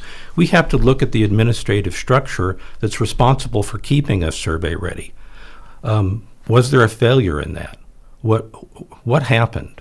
And I don't hear anything about going back and doing kind of an administrative autopsy to find out what went wrong, what are we going to fix, and what are we going to do. Right, Jerry, back to you on this one. Certainly, as this debate and this goes on about how you right-size what's happening at the hospital, is it a non-starter if the recommendation comes to say, you know what, this OMC needs to just be a critical access hospital, and that's it? Something similar to what Port Townsend runs right now. Certainly, that's been talked about, that perhaps OMC is too big for what it can afford right now. So is it a non-starter? Mr. Ortloff, a 25-bed hospital is better than a 0-bed hospital. It is absolutely not my preferred way of looking at things in terms of, but again, I go back to finances, all right? We have to know what we can do. Our margin, the last margin I saw for the hospital was almost minus 7%. Jefferson Healthcare's is positive 2 to 3%. All right, we have to look at that and say, and I'd love to give you specifics right now, but they're just not out there. I disagree with my opponent about the wonderful financial report that Mr. Silson gave on the 30th. He didn't. He tried to drive home 2 points. All right. Where did the cash go? That's the title of one of his slides, okay? He's trying to figure out where $72 million went. That's not a financial report. That's trying to say where it went, okay? And the other thing is, our credit report's so bad, all right, how do we get back to a BBB rating so our hospital can actually borrow for the future if we need things, okay? We haven't had a full financial report. And in fairness to Mr. Stilson, he'd only been there for 2 weeks. But in 2 weeks, this is extraordinary what he did in terms of framework of thinking about where we're at right now and where we should be concerned. All right, Anne-Marie, the critical access hospital issue, Sure. Is that a non-starter? I would say that OMC has evaluated this twice in the last 10 years, so it has been a topic of interest and conversation. In fact, this spring we did a deeper dive to see what would that look like for OMC in our community. So it's not something that is preferred, but it has been investigated as an option. And it may be that in the future we have to become a critical access hospital. That might be the only thing we can do. But at this point, with a current 67-bed hospital serving a population of approximately 100,000 people, shrinking to 25 beds, in my view, does not meet the needs of our community optimally. So I think that it has promise from the perspective that we would get paid at cost or cost plus, which is very attractive. But It also has hindrances in terms of will we meet the needs of this community in terms of, I mean, if we're delivering 450 babies a year and we only have 5 designated beds for labor and delivery, how's that going to work for our folks? Our average daily census is 45 patients in beds. So that's obviously 20 more than the 25. Now, there is some flex with that 25. You can have beds that meet different needs at different times, which is attractive about it. And again, it is the option that we have to consider, but is now the time to consider it or to move into it? Additional to that, it takes time to become a critical access hospital. It can take about a couple of years, so it's not an immediate fix. And right now, we couldn't even apply. If we decided we're going to do this tomorrow, we can't because the government is on furlough right now. So we would just be hitting a brick wall about that. Again, I would remind folks that 85% of our patients are covered by government insurance, which pays less than the cost of care. Cost of providing the care. So that is a significant contribution to our financial losses over the last several years, in addition to the pandemic. With the pandemic, we had an increase in costs for equipment and medication and supplies and staffing. We had to bring travelers on, and our highest number of travelers was about 70 to 78, and now we're down to 22. So that's been another savings for the hospital and for our community. Mr. Stillman, after only being here for 2 weeks, did provide us with great information that was across the board informative for the entire Board of Commissioners. We were very appreciative. Tomorrow at our meeting, he's going to provide us with more information, and he will be doing monthly financial reports at my request. So those will be available. They will be detailed. And the other thing that he and Mr. Gregson are doing is to develop dashboards, not just for the board, but for the community to be able to look at metrics, whether it's operations or finances, and see this is where we are in various areas. So I think that's a hopeful way to move forward. Critical access is something we're aware of. It's something we've investigated, and we are absolutely considering it, and we'll pursue it if the time is right. I would also argue that our partnership with the University of Washington is not going to be a merger or an acquisition. That is not at all our intention. It is considered to be an affiliation. So what do we have to offer the University of Washington, and what do they have to offer us? If we invite folks, providers from the University of Washington to come and do their residencies here on the Olympic Peninsula, they're going to get the exposure to a population that is different, a rural population, an older population, a rural population. And so that's different than what they're going to be used to at the University of Washington in Seattle. On the converse, can we send some of our surgeons to the University of Washington to learn techniques and procedures and get skilled at those and then bring them back to the peninsula to serve our patients better? Or can we get specialties providers coming out regularly to meet the needs of folks where we don't have those specialties right now? You mentioned earlier that idea of expanding services. Right now, that would be a firm no. We don't have the money to do it. In the future, let's talk about it. Is that something that we can get through the University of Washington? All right, we're almost out of time here. It just flies by. I told you I want to give each of you a couple of minutes for a closing statement of kind of why we should vote for you. So, Jerry, we'll go to you first for that. Jerry Stevens, Stevens, why should we vote for you? It is undeniable that OMC is in far worse condition today than 6 years ago when my opponent first took office. A hospital commissioner has to be able to recognize trends. If you see multi-million-dollar budget overruns 4 years in a row, you ask questions, you identify why, and you fix the problem. You don't let it mount up. That didn't happen. So the hospital leadership's been forced out in a 2-month time span. A $700,000 a year interim CEO has been hired, who issued a $248,000 6-week contract to get us to pass a Medicare survey that could have closed the hospital. These are entirely unnecessary expenses. And I would add just some that we know about. The lack of transparency of the Board of Hospital Commissioners is the worst of any form of government in Clallam County. Should you have to take off work or find childcare because the meetings aren't recorded? Even this radio discussion is being taped. My opponent has stated it would be ideal if only one position on the board changed. My opponent is the chair of the hospital commissioners that allowed OMC to get into near bankruptcy and administrative chaos. Do you want to keep the status quo? We need new leadership to right the ship. I pledge to communicate with the public how decisions are being made. I will include OMC and providers and staff in decision-making.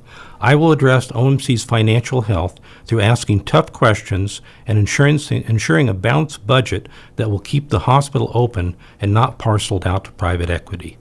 OMC does indeed have great people, and I think the hospital can survive and thrive.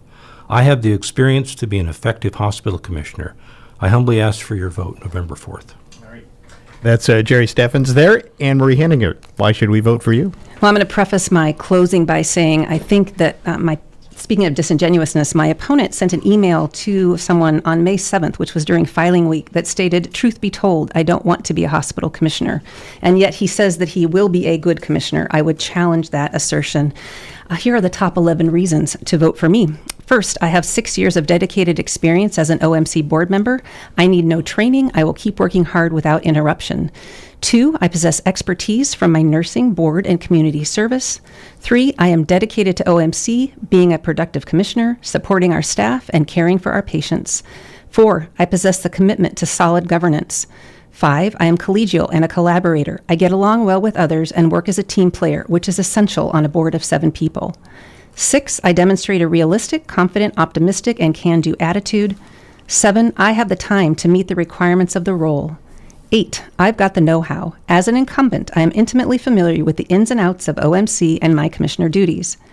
9, my passions include healthcare, public service, and finding solutions to challenges, all of which have been useful in the last 6 years. 10, as a person of integrity, I behave ethically and honestly. 11, I provide critical stability. The OMC board is working intensely, discerning key decisions, and laser-focused on our turnaround efforts. Having minimal board turnover is the least disruptive option. Electing just one new commissioner is best for the board and best for OMC. You, the people of Public Hospital District Number 2, deserve a public servant who will work relentlessly for our hospital and community's best. That's me. As an incumbent, I have a proven track record of determination, steadfastness, and steady leadership, especially during challenging times. I provide facts, not rhetoric. I am self-financing my campaign. I am not soliciting donations or endorsements. I am not receiving guidance from a partisan group. I do not electioneer on OMC properties. Please vote to re-elect me, Anne-Marie Henninger, to the OMC board, position 1, and encourage at least 10 others to do the same. Thank you for your trust, your confidence, and your vote. All right, thank you, Anne-Marie Henninger. And Jerry Steffens, thank you as well. Thanks for stepping up to run, as I like to tell all of the candidates, with it takes some, moxie to do it, to say the least. Thanks for and having me. both of these folks reminded me tomorrow's the day the ballots go out. So here we are already, and I appreciate it. Thanks, Jerry. Thanks, Anne-Marie. Thank you, Todd. And we're going to take a break, and we'll be back with more on our program right after this. This is the Todd Ortloff Show on Newsradio KONP.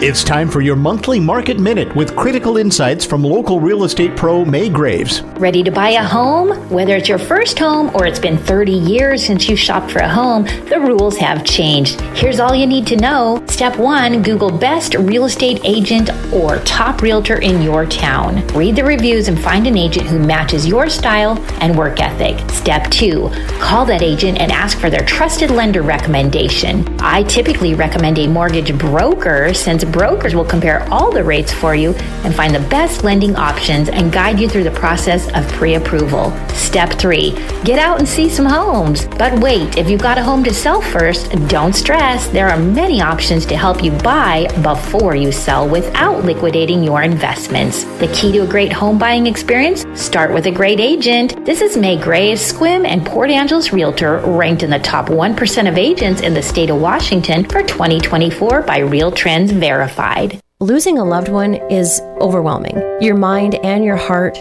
shut down. That's where Drennan & Ford Funeral Home and Crematory comes in. They took the burden off my family's shoulders and guided us through everything we needed to do. No pushy sales tactics or unanswered questions. They just held our hands and took care of everything we asked. That's why I will always recommend Drennan & Ford for end-of-life decisions. They handle the hurt like no one else can. Call 360-457-1210. ABC News, I'm Michelle Franzen. President Trump issuing a warning to Hamas required in Phase 2 of the U.S. peace plan to disarm. When asked by ABC's Karen Travers how the president intends to enforce that. And if they don't disarm, we will disarm them. How will you do that? I don't have to explain that to you. But if they don't disarm, we will disarm them. The They know I'm not playing games. The president says it will happen quickly and perhaps violently. 4 more deceased hostage bodies were recovered and turned over to the Red Cross and IDF today. The remains of 20 other hostages killed in Gaza have not yet been located. President Trump hosted Argentina's leader today, with the U.S. signing off on a $20 billion currency swap with Argentina's central bank. That move has angered many American farmers who say the bailout allows Argentina to sell its soybeans to China. The president says China, by not buying American soybeans, was engaging in an economically hostile act and vowed retribution, including that the U.S. would stop buying cooking oil. This is ABC News. Since 1945, News Radio KONP has been your source for news and community. We are News Radio KONP Port Angeles Squim. This is the Todd Ortloff Show on News Radio KONP. I understand that as our world becomes more automated, receiving personalized service from a real person is more meaningful than ever. I'm Dan Shappy, and as a farmer's agent, I know a thing or two about how to help you select the insurance you want so you can protect what matters most. Call 360-681-0696 to learn more and chat with me, a real person and experienced farmer's agent, today. We are farmers. Bum, ba-dum, bum, bum, bum, bum. Underwritten by Farmers Truck Fire Insurance Exchanges and Affiliates. Products not available in every state. Hi, I'm Anne-Marie Henninger, your current OMC board president, running for re-election. I love what I do as a commissioner. The responsibilities are a great fit for my skills and abilities. I'm running for re-election because I want to continue to serve OMC and you, the people we care for. The job is not done guiding our community hospital through challenging times. I humbly ask for your vote to ensure OMC's success into the future. Paid for by Anne-Marie Henninger, Hospital Commissioner. Bathfitter is celebrating 42,000 installations in Western Washington by offering you monthly payments as low as $125 a month. Hooray! Custom fit tub and shower solutions are installed in as little as 1 day, and every installation is backed by a lifetime warranty. Choose Bathfitter Northwest because they work here, they live here, and they love making bathrooms better for their neighbors. Visit bathfitternw.com to schedule a free consultation. This offer won't last long. Hello, this is Katie McCormick with Squim Valley and Harper Ridgeview Funeral Chapels. I'd like to take a moment to tell you about a new, exciting, and environmentally friendly development in the funeral industry. It's called Natural Organic Reduction, or terramation. Perhaps you've heard of it. Terramation is a process in which the body, after death, is returned to the earth in a carbon-neutral, eco-friendly manner. The process takes place in a controlled environment, and all that remains is a natural, odorless, compost-like material. If you would like more information about terramation and advanced planning, call us today at Harper Ridgeview in Port Angeles or Squim Valley Chapel in Squim, and one of our knowledgeable and caring funeral professionals will assist you in answering your questions. Harper Ridgeview and Squim Valley Funeral Chapels, because your loved ones deserve the best. Wellness. How do you practice it easily every day? At Olympic Hot Tub, we have more ways to achieve total wellness at home than ever before. Immerse yourself and let jets melt stress away in a saltwater hot spring spa. Swim in the privacy of your own backyard in an endless pool swim spa. Retreat to cozy warmth and detox in an amazing Tilo sauna. Then awaken your mind and body with a cold plunge. You'll be saying, ah, in no time. Your path to wellness starts today at Olympic Hot Tub. Better you, better life. All right, welcome back to the show. It's my pleasure, our monthly chat about history here locally. We bring in David Brownell. He is the executive director at the North Olympic History Center, and we always got to pick one little topic that might flash in people's memory or get them excited about history. And probably today's one of the biggies, I would say. Probably a lot of people have got to know Squim, for example, because of this little bit of history. And that's the Manus Mastodon site, and you're going to spend some time talking about that with us today. Sure. And, if folks don't know about it, it should be a biggie. Yeah. And I'm going to talk about some of the reasons why. So the Manus site has been known about for quite a long time. It was originally excavated back in the 1970s. It was found by a gentleman named Emmanuel Manus, who was actually digging a small duck pond out in a field on his property this is about 2 miles south of Squim up in Happy Valley. So in a little valley kind of nestled in the foothills of the Olympic Mountains. And he got about 6 feet down, and he found these two massive tusks. So he pulled them out, and he was digging a duck pond. He also was selling peat, so the organic material that was sort of filling this area.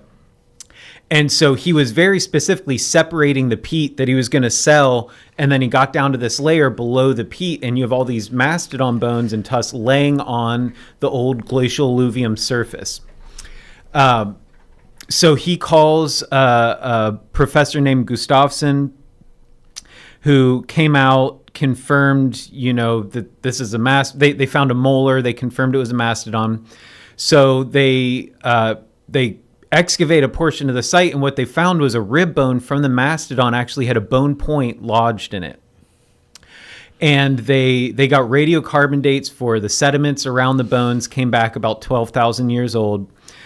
But there were all of these other things about the mastodon that led Gustafsson, the archaeologist, to believe that humans were responsible for either killing or butchering it. Amongst certain things, the animal was laying on its left side, and most of the bones on its left side were articulated where it laid down when it died. But the bones from its right side, which would have been on top when it was laying on the ground, those bones were disarticulated and had been moved a couple meters away and were found with different scratch and cut marks on it, which would be typical of humans butchering it. And also the occipital lobe, the brain cavity itself, where your brain is in the skull, the skull was smashed into over 4,000 pieces. And that's something that we typically see at prehistoric human sites, was they were often harvesting brain matter from these large mammals because there was this calorie and fat rich meat. So it was actually kind of a delicacy. It still is in some cultures today for an animal's brain meat. Kind of weird for us to think about. But, so there's all these lines of evidence. However, at that time and up until relatively recently, everybody in the field of archaeology and anthropology was being indoctrinated with the Clovis first theory, which you and I are probably pretty familiar with, which is that the first humans in North America arrived no farther back than maybe 13,500 years ago, and that they were using these Clovis points, which are these large lanceolate flaked stone spear points to hunt large terrestrial mammals like mammoths, mastodon, bison, antiquus on the landscape.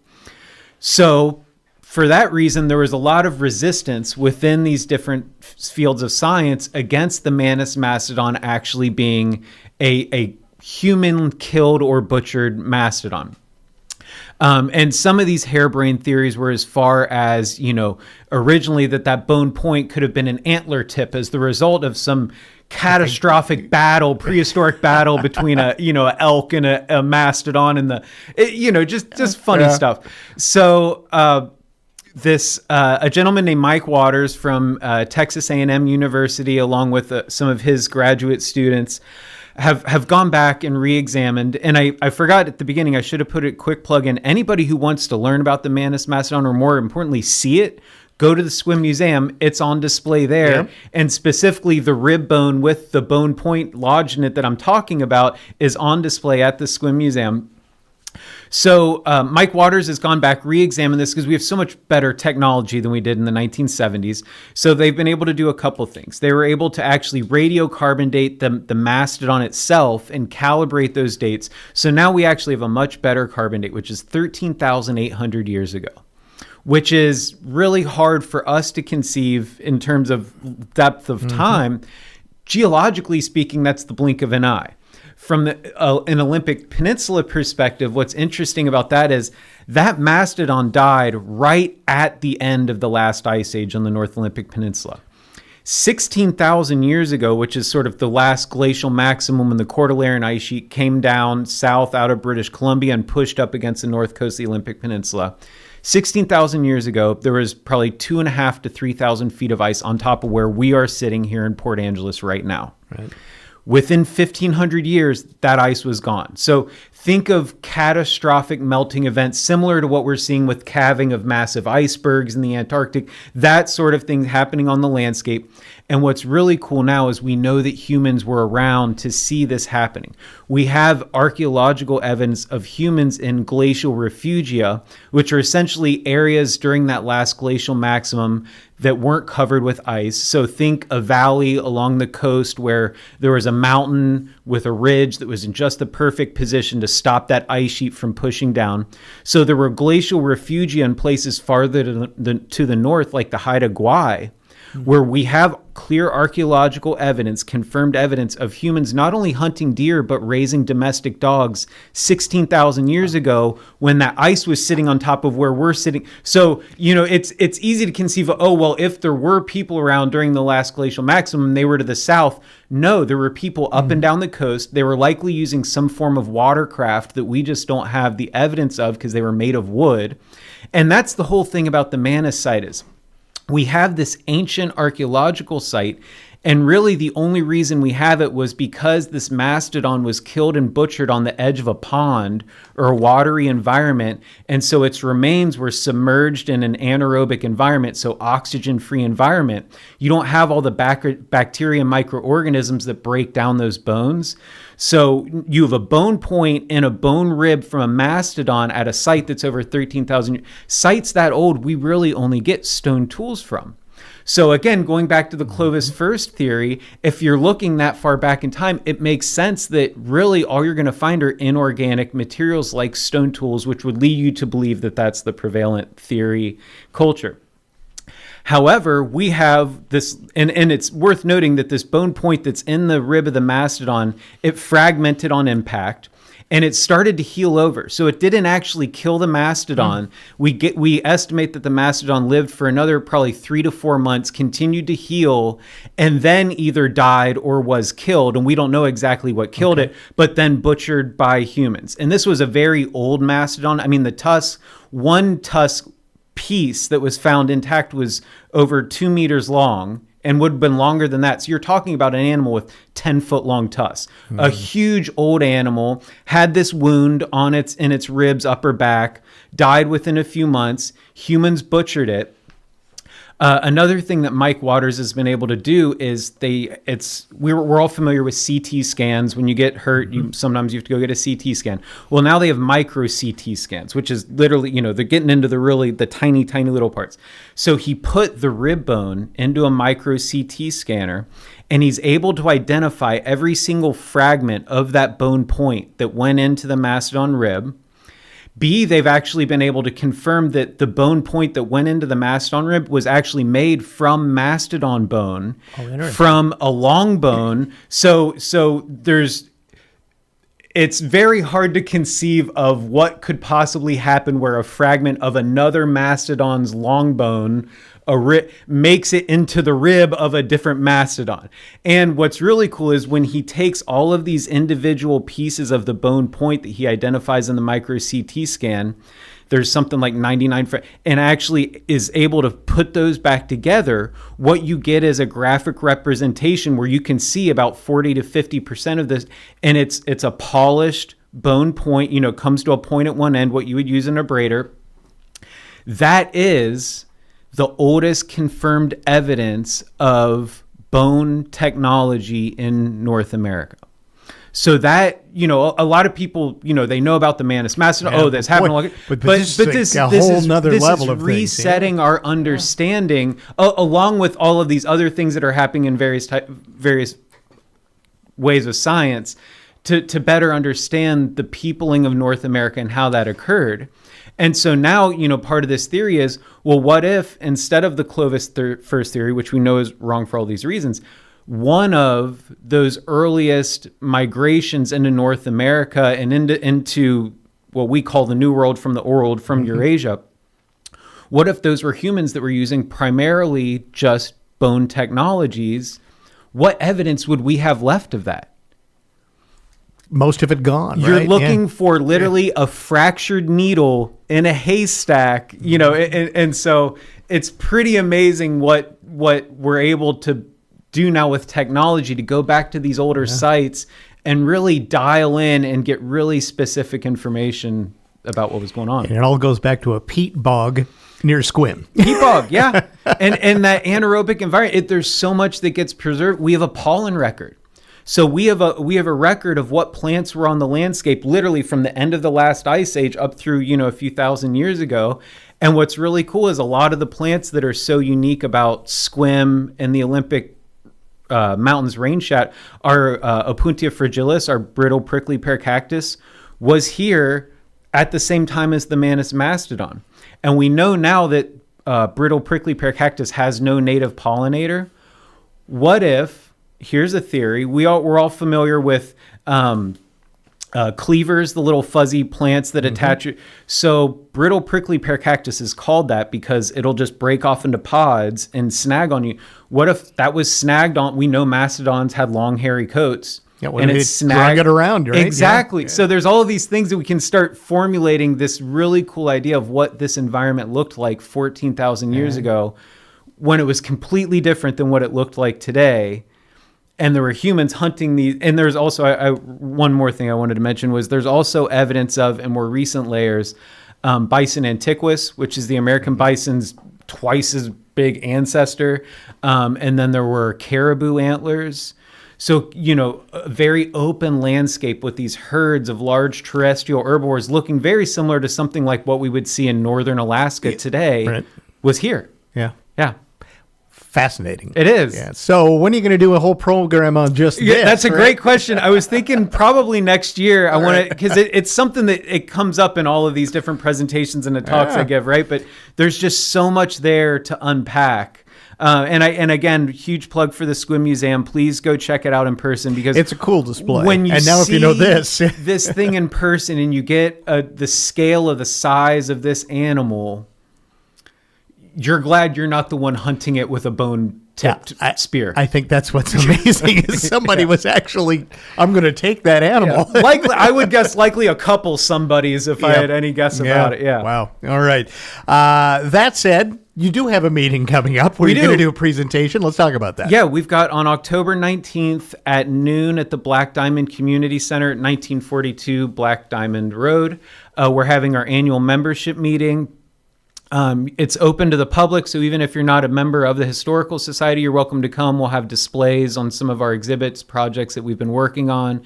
I'll give an update on all of our projects. We will have a dessert raffle, so if you're into sweets, that's your sort of thing. So are we.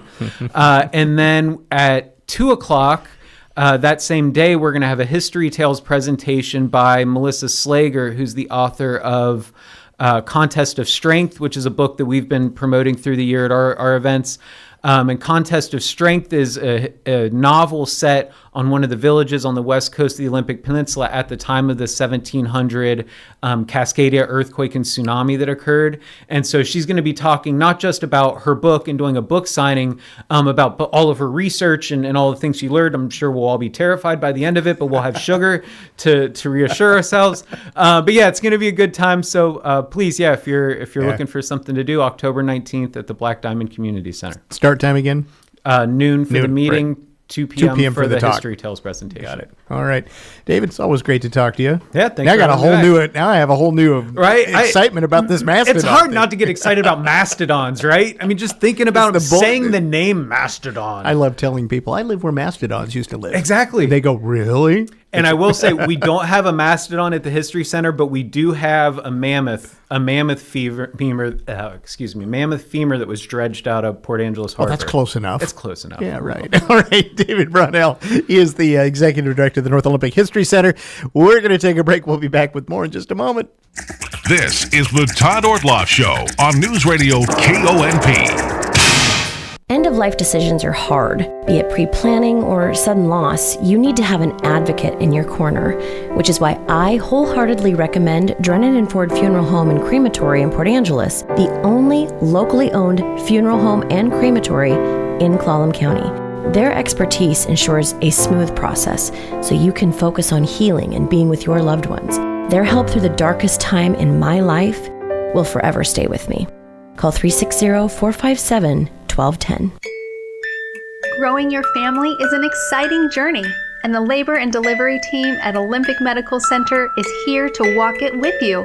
Our team tailors your birthing experience with you, offering the choice and security you're looking for from the comfort of OMC's Birth Center. Learn more about OMC's team of obstetricians, nurse midwives, RNs, lactation consultants, and more at olympicmedical.org/Stork Squad. More acres and more chores mean you have more ground to cover in a day.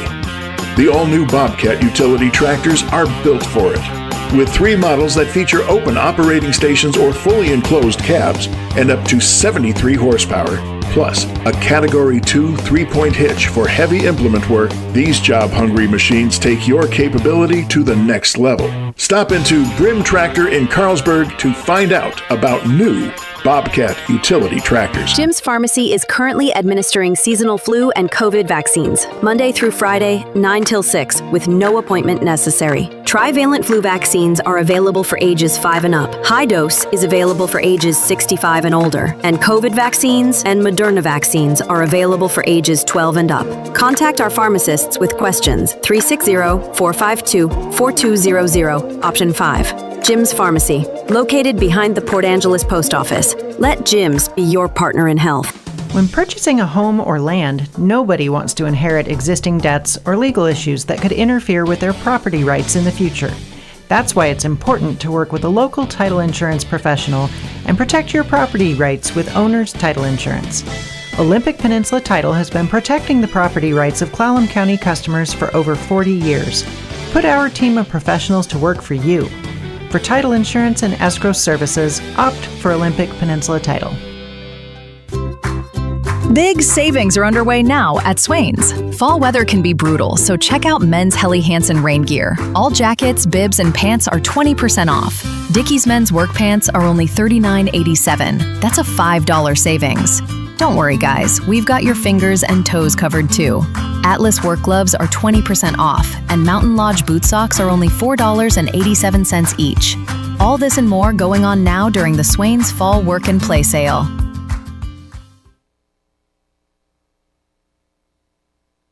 From the straight to the sound, Newsradio KONP, Port Angeles Squim, is celebrating 80 years serving our community.